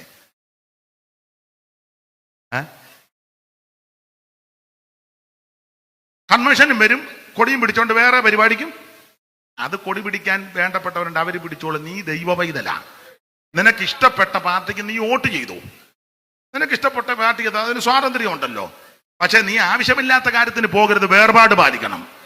ശരിക്ക് സുവിശേഷം കേട്ടാൽ ദൈവമക്കൾ വേർപാട് പാലിക്കണം. ദൈവത്തിന് മഹത്വം. ഇതാ നടക്കേണ്ടത്. അതാ സുവിശേഷം. ആ സുവിശേഷ പുസ്തകത്തിൽ നിന്നാ വായിച്ചത്. നേരമില്ലാത്തതുകൊണ്ടൊന്നും പറയുന്നില്ല. 10 യോഹന്നാന്റെ സുവിശേഷം 10:4 ഒന്നുകൂടെ വായിച്ചോ മോളെ. വായിച്ച കുറുവാക്യമെങ്കിലും വായിച്ചു പോകാം. തനിക്കുള്ളവയൊക്കെയും പുറത്തു കൊണ്ടുപോയ ശേഷം അവൻ അവയ്ക്ക് മുമ്പായി എന്ന് പറഞ്ഞാൽ തനിക്കുള്ളവയൊക്കെയും ദൈവം പുറത്തിറക്കും. യോഹന്നാന്റെ വാച്ച് ഞാൻ എത്ര മിനിറ്റ് ഉണ്ട്? ഇനി 9 ആകാൻ 5 മിനിറ്റ് ഉണ്ടോ? അത് കഴിഞ്ഞോ? ഇനിയും പറയാൻ നേരം. തനിക്കുള്ളവയെ ദൈവം പുറത്തിറക്കും. എനിക്ക് 1.5 മണിക്കൂർ കുറഞ്ഞതെങ്കിലും വേണം. എന്നാല് നമ്മുടെ രീതി അതാ. ദൈവത്തിന് മഹത്വം. പറയാതെ പോയാ എനിക്കത് കുഴപ്പം. യോഹന്നാന്റെ സുവിശേഷത്തിന്റെ വിശേഷത യേശു ക്രിസ്തു ദൈവമാണെന്ന് തെളിയിക്കുക. ഞാൻ വിവരിക്കുന്നില്ല. ഓരോ അധ്യായത്തിലും യേശുവിന്റെ മഹത്വം. 1-ാം അധ്യായത്തിൽ ലോകത്തിന്റെ പാപത്തെ ചുമക്കുന്ന ദൈവകുഞ്ഞാട്. 2-ാം അധ്യായത്തിൽ കാനാവിലെ കല്യാണ വീട്ടിൽ പച്ചവെള്ളത്തെ വീഞ്ഞാക്കി. 3-ാം അധ്യായത്തിൽ നിത്യജീവൻ വെക്കുന്ന ദൈവം. 4-ാം അധ്യായത്തിൽ ആത്മാവാകുന്ന ദൈവം. 5-ാം അധ്യായത്തിൽ സകല ദീനങ്ങളും വ്യാധികളും പൊറുപ്പിക്കുന്ന ദൈവം. 6-ാം അധ്യായത്തിൽ ലോകത്തിലേക്ക് ഇറങ്ങുമെന്ന ജീവന്റെ അപ്പം. 7-ാം അധ്യായത്തിൽ ആത്മ നിറവിനെ കൊടുക്കുന്ന ദൈവം. 8-ാം അധ്യായത്തിൽ വെളിച്ചമാകുന്ന ദൈവം. 9-ാം അധ്യായത്തിൽ പിറവിയിലെ കുരുടനെ സൗഖ്യമാക്കിയ സർവജ്ഞനായ ദൈവം. 10-ാം അധ്യായത്തിൽ നല്ല ഇടയനാകുന്ന ദൈവം. 11, 12-ാം അധ്യായത്തിൽ മരിച്ചു നാറ്റം വെച്ചവന് ഉയർപ്പിക്കുന്ന ദൈവം. ഓരോ അധ്യായത്തിൽ ദൈവമാണ് തെളിയിച്ചു. 10:4 പറയുക, തനിക്കുള്ളവയെ പുറത്തിറക്കും. ഇന്ന് രാത്രി ദൈവത്തിന് ഉപയോഗമുള്ളവയെ ദൈവം പുറത്തിറക്കും. വാക്യങ്ങൾ എടുത്ത് വായിപ്പിക്കുന്നില്ല. ഉൽപ്പത്തി പുസ്തകം 41-ാം അധ്യായത്തിന്റെ 14 വായിക്കുമ്പോൾ ഉടനെ അവർ യോസേപ്പിനെ വേഗത്തിൽ കുണ്ടറയിൽ നിന്ന് പുറത്തിറക്കി. അവനെ വസ്ത്രം ധരിപ്പിച്ചു. അവൻ കൊട്ടാരത്തിൽ കൊണ്ടുവന്നു. എന്ന് പറഞ്ഞാൽ ലോകക്കാര് മുഴുവൻ വിധി എഴുതിയത് ഇനി യോസേപ്പ് വെട്ടം കാണുകയില്ല, വെളിച്ചം കാണത്തില്ല, അപവാദക്കുറ്റം അടിച്ചേൽപ്പിച്ച്. അയ്യാതാൽ ഇച്ചിരി സമയം എടുക്കാതെ ഒക്കുള്ളൂ, അല്ലാതെ ഒക്കത്തില്ല. സ്തോത്രം. ഞാനൊരു 10 മിനിറ്റ് കൂടെ എടുത്തോട്ടെ. വണ്ടി ഇല്ലാത്തവരെ ഞാൻ എൻ്റെ വണ്ടിയെ കൊണ്ട് വിടാം. എവിടെ വേണേലും വിടാം. വിട്ടേക്കാം. സമാധാനമായല്ലോ. ഇന്ന് രാത്രി മുഴുവൻ എൻ്റെ വണ്ടി ഓടുക. എന്നാൽ ഇത് കേട്ടേച്ച് പോ, ഗുണം വരട്ടെ. അപ്പൊ ശ്രദ്ധിക്കുക. യോസേപ്പ് കുണ്ടറയ്ക്കകത്ത് കിടക്കുക, നിരപരാധിയാ. പക്ഷേ എല്ലാരും മറുപക്ഷത്ത് ഒറ്റക്കെട്ടായിട്ട് നിന്ന് ഇവൻ കൊള്ളുകയല്ലെന്ന് ആക്കി തീർത്തു. തള്ളടയിലാന്ന് ഇച്ചിരി തുണി ഇരിപ്പുണ്ട്. എന്നെ നിങ്ങൾ രണ്ടുകൂടെ പറയാൻ കണക്കൊക്കെ പിന്നെ നമുക്ക് നോക്കാം. ഇങ്ങോട്ട് നോക്ക്. ഒക്കെ പിന്നെ വായിക്കാം. ഇങ്ങോട്ട് നോക്ക്. അതങ്ങ് മടക്ക്. പിന്നെ നോക്കാം കണക്ക്. ഇങ്ങോട്ട് നോക്ക്. യോസേപ്പിനെ അപമാനക്കുറ്റം അടിച്ചേൽപ്പിച്ച് കാരാഗൃഹത്തിലിട്ടിരിക്കുക. ആ തള്ളയുടെ കയ്യിൽ തുണി ഇരിപ്പുണ്ട്. ഇടയ്ക്കിടയ്ക്ക് തള്ള തുണി എടുത്ത് ഫേസ്ബുക്കിൽ ഒന്ന് കാണിക്കും. ഇല്ല, അവന്റെ തുണിയാന്ന്. ഉടനെ അതിന് ലൈക്ക് അടിക്കാൻ നമ്മുടെ അച്ചായന്മാരും എന്നാലും എൻ്റെ അമ്മമ്മ ചൈനീസിൽ കാണോ അമ്മ പറഞ്ഞു കോട്ടനാന്നാ തോന്നുന്നു. തെളിവ് കയ്യിലിരിക്കുക, തള്ളയുടെ കയ്യിൽ. സകല ആൾക്കാരും വിധി കരുതി ഇനി യോസേപ്പ് വെട്ടം കാണത്തില്ല. എന്നാൽ യോസേപ്പിന് ഒന്നറിയാം, ഞാൻ നിരപരാധിയാ. ദൈവത്തിന്റെ ടൈമാകുമ്പോൾ എന്റെ ദൈവം എന്നെ പുറത്തിറക്കും. ഞാൻ അങ്ങനെ തിക്താനുഭവങ്ങളിൽ കൂടി പോകുന്ന ദൈവദാസന്മാരോട് പറയാ, ഇങ്ങനെയുള്ള രംഗങ്ങൾ വരുമ്പോൾ കേസ് കൊടുക്കാൻ പോകരുത്, കോടതി പോകരുത്, വഴക്കുണ്ടാക്കാൻ പോകരുത്, മല്ല് കെട്ടാൻ പോകരുത്. മുട്ടേലിരിക്കണം. നീ മുടങ്കാലിന്മേലിരുന്ന് പോരാടി പ്രാർത്ഥിക്കുമ്പോൾ സമയമാകുമ്പോൾ നിന്നെ പുറത്തിറക്കുന്ന ഒരു ദൈവമുണ്ട്. സമയമാകുമ്പം തനിക്കുള്ളവയെ പുറത്തു കൊണ്ടുവരും. ടൈമാകുമ്പോൾ ദൈവം നിന്നെ പുറത്തിറക്കും. മുട്ടുകുത്തുമെന്ന് പറഞ്ഞപ്പോ തള്ള വരാ മുട്ടുകുത്തിയത്. സ്തോത്രം. നമ്മുടെ ദൈവം ജീവിക്കുന്ന ദൈവമാ. എനിക്കത് വിസ്തരിച്ച് പ്രസംഗിച്ചാൽ കൊള്ളാന്നുകൊണ്ട് ഞാൻ അങ്ങ് അടങ്ങുക. ദൈവത്തിന് മകത്ത് പിടിച്ചു നിർത്തുക. തനിക്കുള്ളവയെ പുറത്തിറക്കും. യോസേപ്പിനെ പുറത്തിറക്കി. ഒരു വാക്യം കൂടെ ചേർന്നൊന്ന് വായിച്ചേ. യെസ്രായിയുടെ പുസ്തകം 1-ാം അധ്യായത്തിന്റെ 7-ാം വാക്യം. പുറത്തിറക്കുന്ന ദൈവം. യെസ്രാ 1:7. പെട്ടെന്ന് താളിഞ്ഞോട്ട് മറിക്കുമ്പോൾ ഇടത്ത് വശത്ത് മേളിൽ നെബൂഖദ്നേസർ യെരൂശലേമിൽ നിന്ന് കൊണ്ടുപോയി തന്റെ ദേവന്മാരുടെ ക്ഷേത്രത്തിൽ വച്ചിരുന്ന യഹോവാലയം വക ഉപകരണങ്ങളും കോരശ് രാജാവ് പുറത്തെടുപ്പിച്ചു. ഇത് ദൈവം തമ്പുരാൻ വിശുദ്ധീകരിച്ച പൊൻവെള്ളി പാത്രങ്ങളാണ്. നെബൂഖദ്നേസർ രാജാവ് അധികാരസീമ ഉപയോഗിച്ച് യെരൂശലേം എന്ന് നിരോധിച്ച് സകല എല്ലാ യെരൂശലേമിനെയും സകല പരാക്രമശാലികളുമായ 10,000 പേരെയും എല്ലാ ആശാരിമാരെയും കൊല്ലന്മാരെയും പിടിച്ചു കെട്ടി കൊണ്ടുപോയെന്ന് 2 രാജ 24:14 കിടപ്പുണ്ട്, വായിപ്പിക്കുന്നില്ല. അങ്ങനെ കൊണ്ടുപോയി പിടിച്ചെടുത്ത് ദൈവാലയം വക വിശുദ്ധ പാത്രങ്ങൾ അവൻ ശിനാർ ദേശത്ത് ദേവന്റെ ക്ഷേത്രത്തിന്റെ ഭണ്ഡാരഗൃഹത്തിൽ കൊണ്ട് അവൻ വെച്ചു പൂട്ടി ഉറപ്പിച്ചു. പക്ഷേ വിസ്തരിക്കാൻ നേരമില്ലാഞ്ഞിട്ടാ ദീർഘവർഷങ്ങൾ കഴിഞ്ഞപ്പോൾ ബേൽശസ്സർ ഒരു വിരുന്ന് കഴിച്ചു. വിരുന്നിൽ അവൻ സല്ലപിച്ച് ഉല്ലസിച്ചപ്പോൾ വാതിലെല്ലാം അടയ്ക്കാൻ മറന്നുപോയി. കോരേശും അനുയായികളും പുറത്തു നിൽക്കുക. യെശയ്യാ പ്രവചനം 44-ന്റെ ഒടുവിലും 45-ന്റെ പ്രാരംഭവാക്യം പോലെ കതകുകളും ഒടുവൻ ദൈവം തുറന്നു. കടകടയ്ക്കാൻ ഇവനെല്ലാം മറന്നു. കലക് മുഴുവൻ തുറന്നു. അന്ന് രാത്രി ബേൽശസ്സർ കൊല്ലപ്പെട്ടു. അവൻ സ്വോത്രം ശത്രുക്കൾ ഇരമ്പിച്ചകത്തോട്ട് കയറി. അവൻ വിസ്തരിക്കാൻ നേരമില്ലാഞ്ഞിട്ടാ അവിടെ വന്ധ്യനും വയോധികനുമാകുന്ന ദാനിയേല് വന്ന് ചോദിക്കുക, നീ കോരേശല്ലേ? കോരേശ് ഞെട്ടിപ്പോയി. എന്നെ എങ്ങനെ അറിയാ? നിന്നെപ്പറ്റി നീ ജനിക്കുന്നതിന്, നിന്റെ വല്യപ്പൻ ജനിക്കുന്നതിന് മുമ്പ് യെശയ്യാ പ്രവാചകൻ പേര് വരെ എഴുതി വെച്ചിട്ടുണ്ട്. കോരേശൻ ഇടയൻ. കോരേശിന്റെ അകവാള് വെട്ടിപ്പോയി. ഈ അകവാള് വെട്ടിയ കോരേശ്, എന്തോ നിനക്ക് വേണം? നിങ്ങൾക്ക് എന്തോ വേണം? ഞങ്ങൾക്ക് ദൈവാലയം പണിയണം. കോരേശ് കൽപ്പന പുറപ്പെടുവിച്ചു. കൽപ്പനയുടെ വെളിച്ചത്തിൽ ദൈവാലയത്തെ ഉപകരണങ്ങൾ മുഴുവൻ, ഭണ്ഡാരഗൃഹത്തിലെ ഉപകരണം മുഴുവൻ ശിനാർ ദേശത്ത് ദേവന്റെ ക്ഷേത്രത്തിൽ പുറത്തടിപ്പിച്ചു. ദൈവത്തിന് വിശുദ്ധമായ പാത്രത്തെ അകത്തിട്ട് ബന്ധിക്കാൻ ദൈവം അനുവദിക്കത്തില്ല. ഇന്ന് രാത്രി ദൈവം പുറത്തുറപ്പിക്കും. താമര കഥകളെ തകർത്ത് ഇരുമ്പോണാമ്പുകളെ കണ്ണിച്ച് ഇന്ന് രാത്രി ദൈവം നിന്നെ പുറത്തിറക്കുന്ന ദൈവമാ. അനുഭവിക്കുന്ന ദൈവമക്കൾ ഇന്ന് രാത്രി ദൈവത്തിന് മഹത്വം കൊടുക്ക്. സമയമാകുമ്പോൾ ദൈവം നിന്നെ പുറത്തിറക്കും. ഇതിനെ ചേർന്ന് തത്തുല്യമായ പാട്ടും സംഭവങ്ങളും വേറെ വാക്യങ്ങളൊക്കെ ചേർത്ത് കോർത്തിണക്കിയാ ഞാൻ പ്രസംഗിക്കുന്നത്. ഇന്ന് അതിന് മുതിരുന്നില്ല. അങ്ങ് അടങ്ങുക. ഒരു വാക്യവും കൂടെ വായിച്ചു. അപ്പൊ അത് പറഞ്ഞങ്ങ് പോകാം. നമുക്കറിവുള്ള വാക്യമാ അപ്പോസ്തല പ്രവൃത്തി 12-ാം അധ്യായത്തിന്റെ 10-ാമത്തെ വാക്യവും കൂടെ വായിച്ചങ്ങ് നിർത്താം. അതേ ഒക്കൂ. വായിര്. അവർ 1-ാം കാവലും 2-ാമത്തേതും കടന്ന് പട്ടണത്തിൽ ചെല്ലുന്ന ഇരുമ്പ് വാതിൽക്കൽ എത്തി. അടുത്തത് അതവർക്ക് സ്വതവേ തുറന്നു. അടുത്തത് അവർ പുറത്തിറങ്ങി. പത്രോസും ദൂതന്മാരും പുറത്തിറങ്ങി. 4 ചേവകരുള്ള 4 കൂട്ടത്തിന് ബന്ധിച്ചിട്ടിരിക്കുക. പെസഹായ ആയതുകൊണ്ട് കണ്ടിക്കാതിട്ടിരിക്കുക. യാക്കോബിനെ കൊന്നു. ഹെരോദാവ് കൈ നീട്ടി വെച്ചിരിക്കുക. പത്രോസിനെയും കൊല്ലാനായിട്ട് പിടിച്ചു ബന്ധിച്ചു. സകല ആൾക്കാരും പറഞ്ഞു പീറ്റർ ഇതോടെ തീർന്നെന്ന്. പക്ഷെ അന്ന് രാത്രി ദൈവം ദൂതനെ ഇറക്കി. ഒന്നാം കാവലും രണ്ടാം കാവലും ഒക്കെ ഇരുമ്പ് വാതിൽ സ്വതവേ തുറന്ന് ആമേൻ പത്രോസിനെ പുറത്തിറക്കി. നിന്നെ പുറത്തിറക്കുന്ന ഒരു ദൈവമുണ്ട്. ശത്രുവിന്റെ കയ്യിൽ ആമേൻ ദൈവം നിന്നെ വിട്ടുകൊടുക്കത്തില്ല. നിന്നെ ബന്ധിച്ച ബന്ധനത്തെ ഇന്ന് രാത്രി ദൈവം അടിച്ചു മാറ്റും. നിന്നെ അകത്തിട്ട് ബന്ധിക്കുമെന്ന് എല്ലാരും ചേർന്ന് വിധി കെടുമ്പോൾ നിന്നോട് ദൂര് പറയുകയാ, ഇനി നീ അധിക നാൾ അകത്ത് കിടക്കത്തില്ല. സമയമാകുമ്പോൾ ദൈവം നിന്നെ പുറത്തിറക്കും. തനിക്കുള്ളവരെ പുറത്തിറക്കും. ഇന്ന് രാത്രി വിശ്വസിക്കുന്നവർ ദൈവത്തിന് മഹത്വം കൊടുക്കുക. വിശ്വസിക്കുന്നവർ ദൈവത്തിന് മഹത്വം കൊടുക്കുക. നിന്നെ പുറത്തിറക്കുന്ന ഒരു ദൈവമുണ്ട്. യോസേപ്പിനെ പുറത്തിറക്കി, പത്രോസിനെ പുറത്തിറക്കി, ദൈവാലയം മക ആലയത്തിന്റെ സകല പാത്രങ്ങളും പുറത്തിറക്കി. ഇന്ന് രാത്രി ഒരു കുഞ്ഞുങ്ങളും നശിക്കാൻ ദൈവം അനുവദിക്കത്തില്ല. ആരും മുടിഞ്ഞു പോകാൻ ദൈവം അനുവദിക്കത്തില്ല.